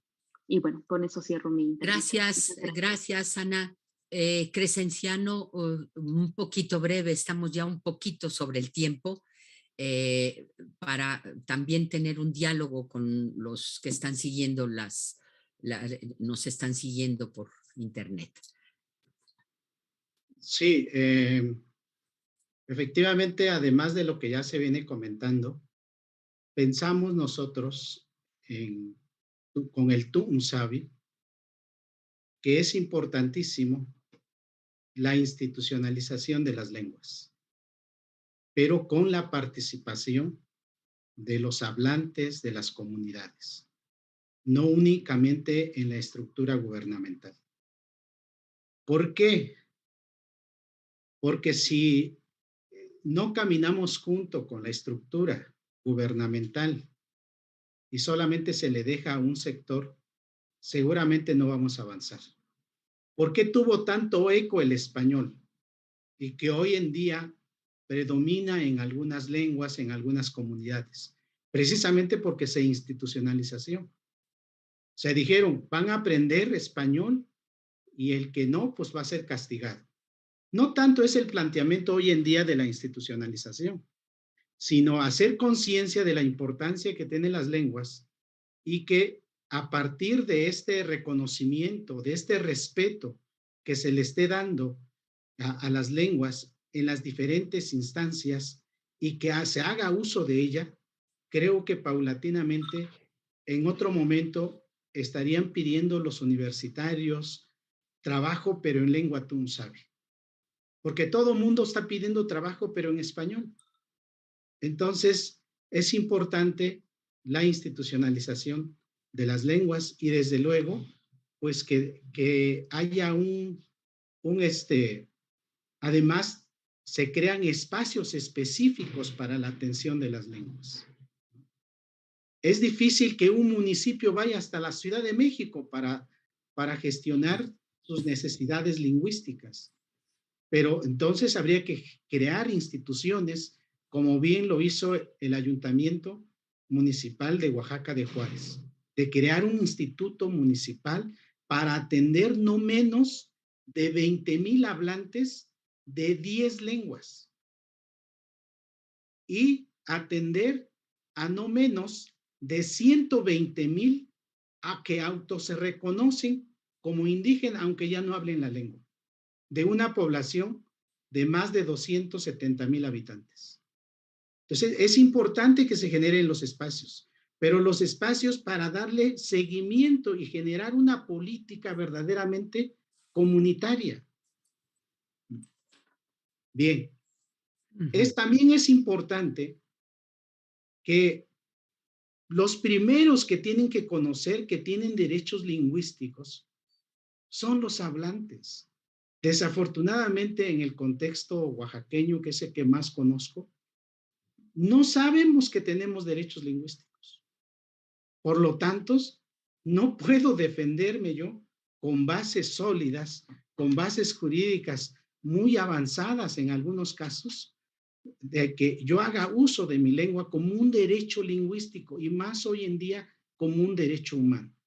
Es importante que se conozca que pues, se tienen estos elementos fundamentales.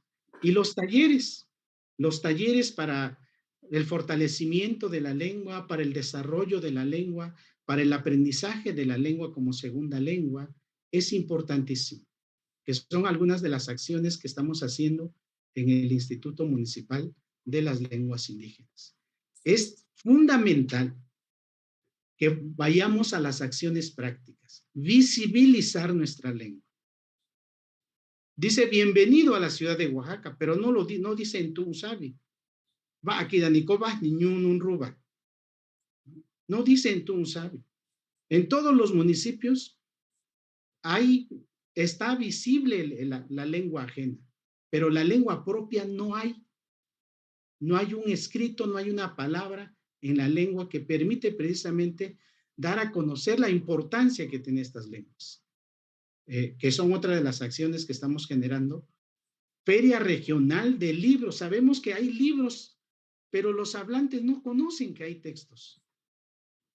Eso es importantísimo, que los investigadores, los académicos que hacemos documentación lingüística, pues es importante que lo hagamos con la comunidad para que esta investigación, este resultado, pues tenga la comunidad. Eso es bien importante, atender a todos estos sectores. Porque la finalidad, y termino diciendo, la finalidad es fortalecer la identidad indígena, no es únicamente la lengua. Desarrollar y fortalecer la oralidad, porque no es lo mismo la oralidad en otras lenguas que en Tunsavi. Es una riqueza enorme y esa riqueza se tiene que fortalecer, porque por lo menos hay dos tipos de lenguaje en el Tunsavi: el lenguaje común y el lenguaje sagrado. Y muchos nada más ocupamos el lenguaje común, pero el lenguaje sagrado no se conoce porque lo emplean personas caracterizadas que por lo menos ya pasaron todos los cargos comunitarios y tienen la autoridad y tienen a esa autoridad moral precisamente de ocupar este mensaje, este lenguaje sagrado que es privilegiado en las comunidades y es efectivamente oral. Generar oportunidades de aprendizaje. No lo hay. Aquí en la ciudad de Oaxaca hay una facultad de idiomas, pero pues hace falta incorporar a otras lenguas. Ya van con algunas. Educación indígena, ni se diga, se habla, llevan por nombre, pero hace falta generar esas oportunidades de aprendizaje. Promover y fortalecer las prácticas y valores culturales. Es otro de los elementos que se está perdiendo. Fortalecer la unidad familiar, que es el espacio donde por naturaleza se aprende, se construye. Y, desde luego, educar desde la filosofía indígena, sin dejar, efectivamente, de revisar las otras filosofías y las otras perspectivas. Entonces, me parece que ese es bien importante, una política lingüística acompañada con los hablantes, con las comunidades, para que de manera conjunta caminemos este gran reto y estos desafíos de revertir y reposicionar en el estatus a nuestras lenguas. Gracias, Crescenciano. Rebeca, me da la impresión que estamos sobre el tiempo, nos quedan 10 minutos y me gustaría más bien un comentario de 1 minuto de cada uno para cerrar esta mesa. Se han quedado infinidad de temas en mis preguntas, la gestión, la sinergia con las instituciones, etcétera, que son temas que creo que, pero que no da el tiempo. Entonces les pediría brevemente un cierre de esto, que bueno, un cierre pues momentáneo, porque esto puede seguir, ¿verdad? Luis Enrique. Puede y debe seguir. Diría. Debe seguir. Sí. No, yo digo próximamente, seguro en el ámbito va a seguir. No, yo tomaría mi minuto para remarcar algo que ya se ha dicho, pero que es necesario destacarlo. No se trata solo de revitalizar lenguas, sino y sobre todo de revitalizar hablantes y de revitalizar sociedades. Es decir, las lenguas sin hablantes y sin sociedades no tienen sentido de existir. Entonces, esta acción de revitalización cultural y lingüística es una acción interdisciplinaria que requiere del concurso de todas y todas, pues estamos ante una cuestión eminentemente política y social. Gracias. Ana, 1 minuto. Sí, coincido con Luis Enrique, que no solo es hablar de las lenguas, sino que también de los hablantes, y que las lenguas existen justo porque los hablantes resisten, ¿no?, a todos estos embates de la modernidad. Y bueno, muchas gracias.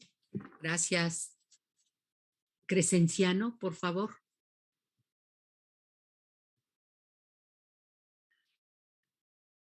Se enagua a sangre tatón o canro. Y yo sacanlo recudachanro, yo sacanlo enredaña allí. Con namacuista, con tu madubacada, no sacuista ni cutón. Bien, lo que les he dicho en mi lengua madre, la lengua mixteca, sabi, es que es de suma importancia que sigamos haciendo uso de nuestra lengua, en el espacio donde estemos, en el mercado, en la calle, en la oficina.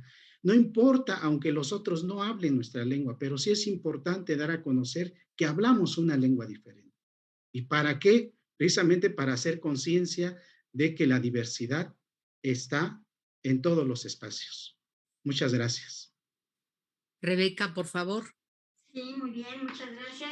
Yo voy a cerrar con un pensamiento, avalo todo lo que dijeron mis compañeros de mesa, y voy a cerrar con un pensamiento de Claude Agache, que probablemente lo conocen en su libro No a la muerte de lenguas. Él dice, mientras haya un hablante, las lenguas no se extinguirán.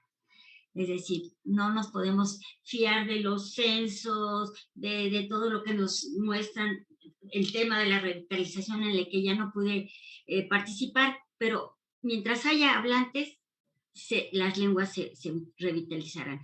Y es muy impresionante cómo la tecnología, que no tocamos el punto, está haciendo que se revitalicen.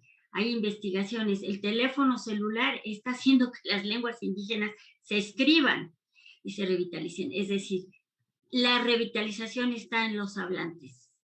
Y mientras haya uno, tenemos zonas de esperanza para que se revitalicen. Muchas gracias. Pues gracias momentáneas, porque a ver si hay tiempo para que algunos de ustedes, algunos mensajes pues son de saludos, como el de Otoniel Pérez Victoriano, soy chinanteco, saludos. Y hay uno que, bueno, a ver si podemos decir algo brevemente, de Guti López, ¿por qué seguir usando el término indígena para nombrar a las comunidades y lenguas cuando realmente son originarios de ahí? Les leo otro y ya veremos qué hacemos. Jorge Alfonso Pacheco, Tegui Shandi, buenas tardes. Mixteco, zapoteco, a ver si Crescenciano dice, oh, adabag, baba, baba, canit, cat, yu, dog, nikait, kuni, shishivat, kitianit, cani, tou, naid, yu, canaibayu, mixteco. Seguramente no puse el tono donde va, pero pues no importa, ¿verdad? ¿Entendimos algo? Sí, qué bien que se está analizando, se está tratando este tipo de pláticas, este tipo de diálogos para nuestras lenguas. Y bueno, yo quiero dar mi punto de vista sobre por qué indígena y por qué no originario.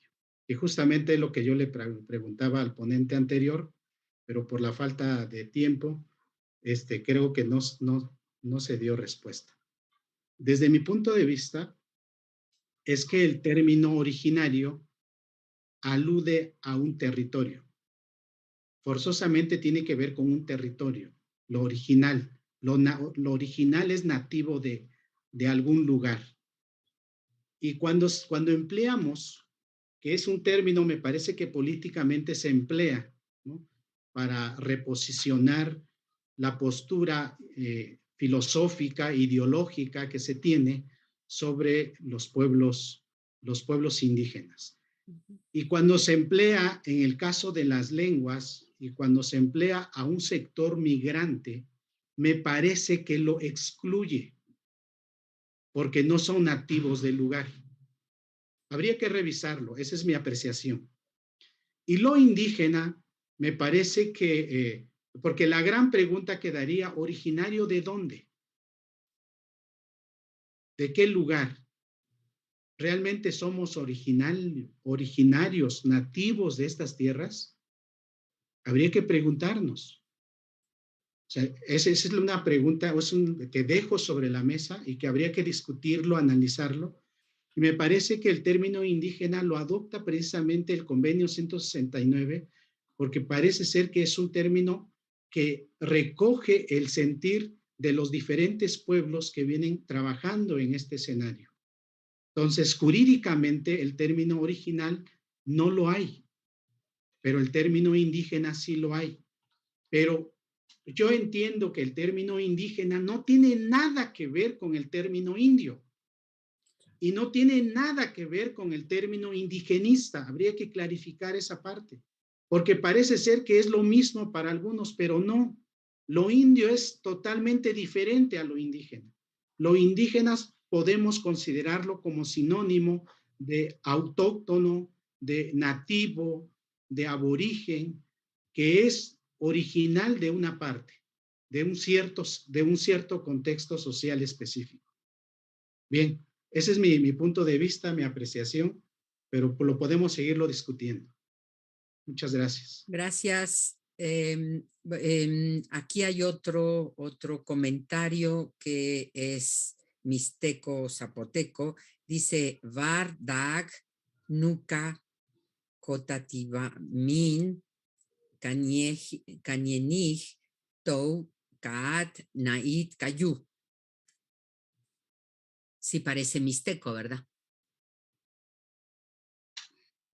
Creo que con el permiso, si no me equivoco, si escuché bien, con el permiso de todos, la palabra que hablo yo o que hablamos, ¿no?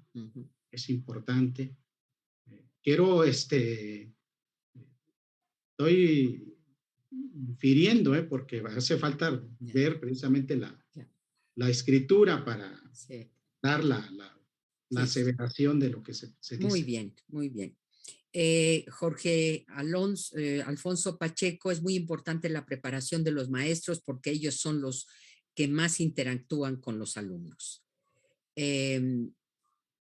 Dice, comentario de Luis Mauricio Martínez de Dice, en mi investigación de maestría sitúa niñez purépecha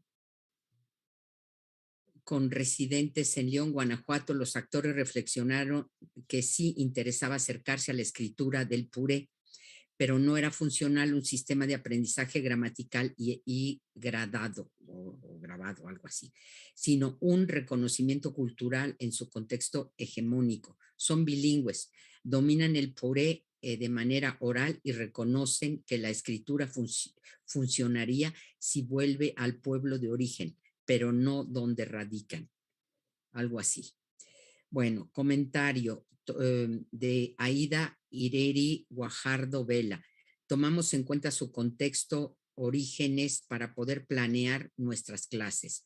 Hoy en día es fundamental retomar nuestras lenguas indígenas en nuestro sistema educativo. En la DGTICM tenemos una academia intercultural e interculturalidad e inglés.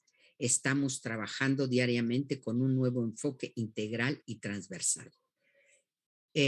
Saludos desde la Feria del Libro en Cuautepec, de Otwitz Sotero. Como dicen los ponentes, debemos cambiar los conceptos que usamos sobre las lenguas indígenas. En el caso de México no es rescate, sino desarrollar las lenguas originarias desde la oralidad hasta la convencionalidad de su escritura, desde la cosmovisión de los hablantes mismos.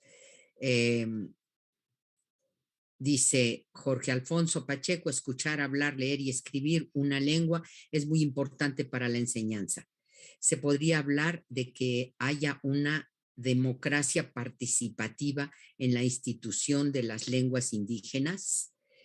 Quizá ya no de tiempo, ya estamos sobre el minuto, pero bueno, para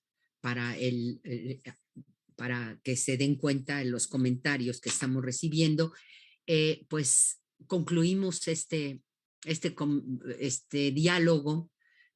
Muchísimas gracias a todos los ponentes esta vez. Gracias también al ponente magistral, a todos los organizadores del Colmex, del INPI, y la colaboración con el INALI y el Colegio de México, pues nos veremos en la próxima y para seguir discutiendo. Muchísimas gracias a todos, gracias a los que se conectaron también.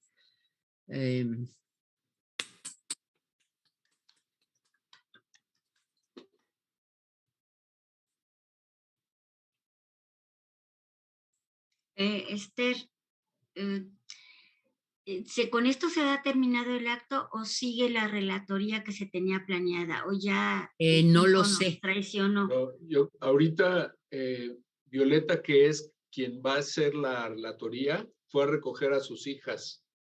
Entonces, queda pendiente la relatoría. Ese es un documento que se va a entregar como resultado de esta reunión. Se les puede hacer llegar a todos los presentes. Sí, sería. Gracias, Alfonso. Es decir, Alfonso, podemos dar por terminado el evento, ¿verdad? Sí, en efecto. Yo creo que ha sido una jornada larga y de provecho. Entonces, pues les agradezco a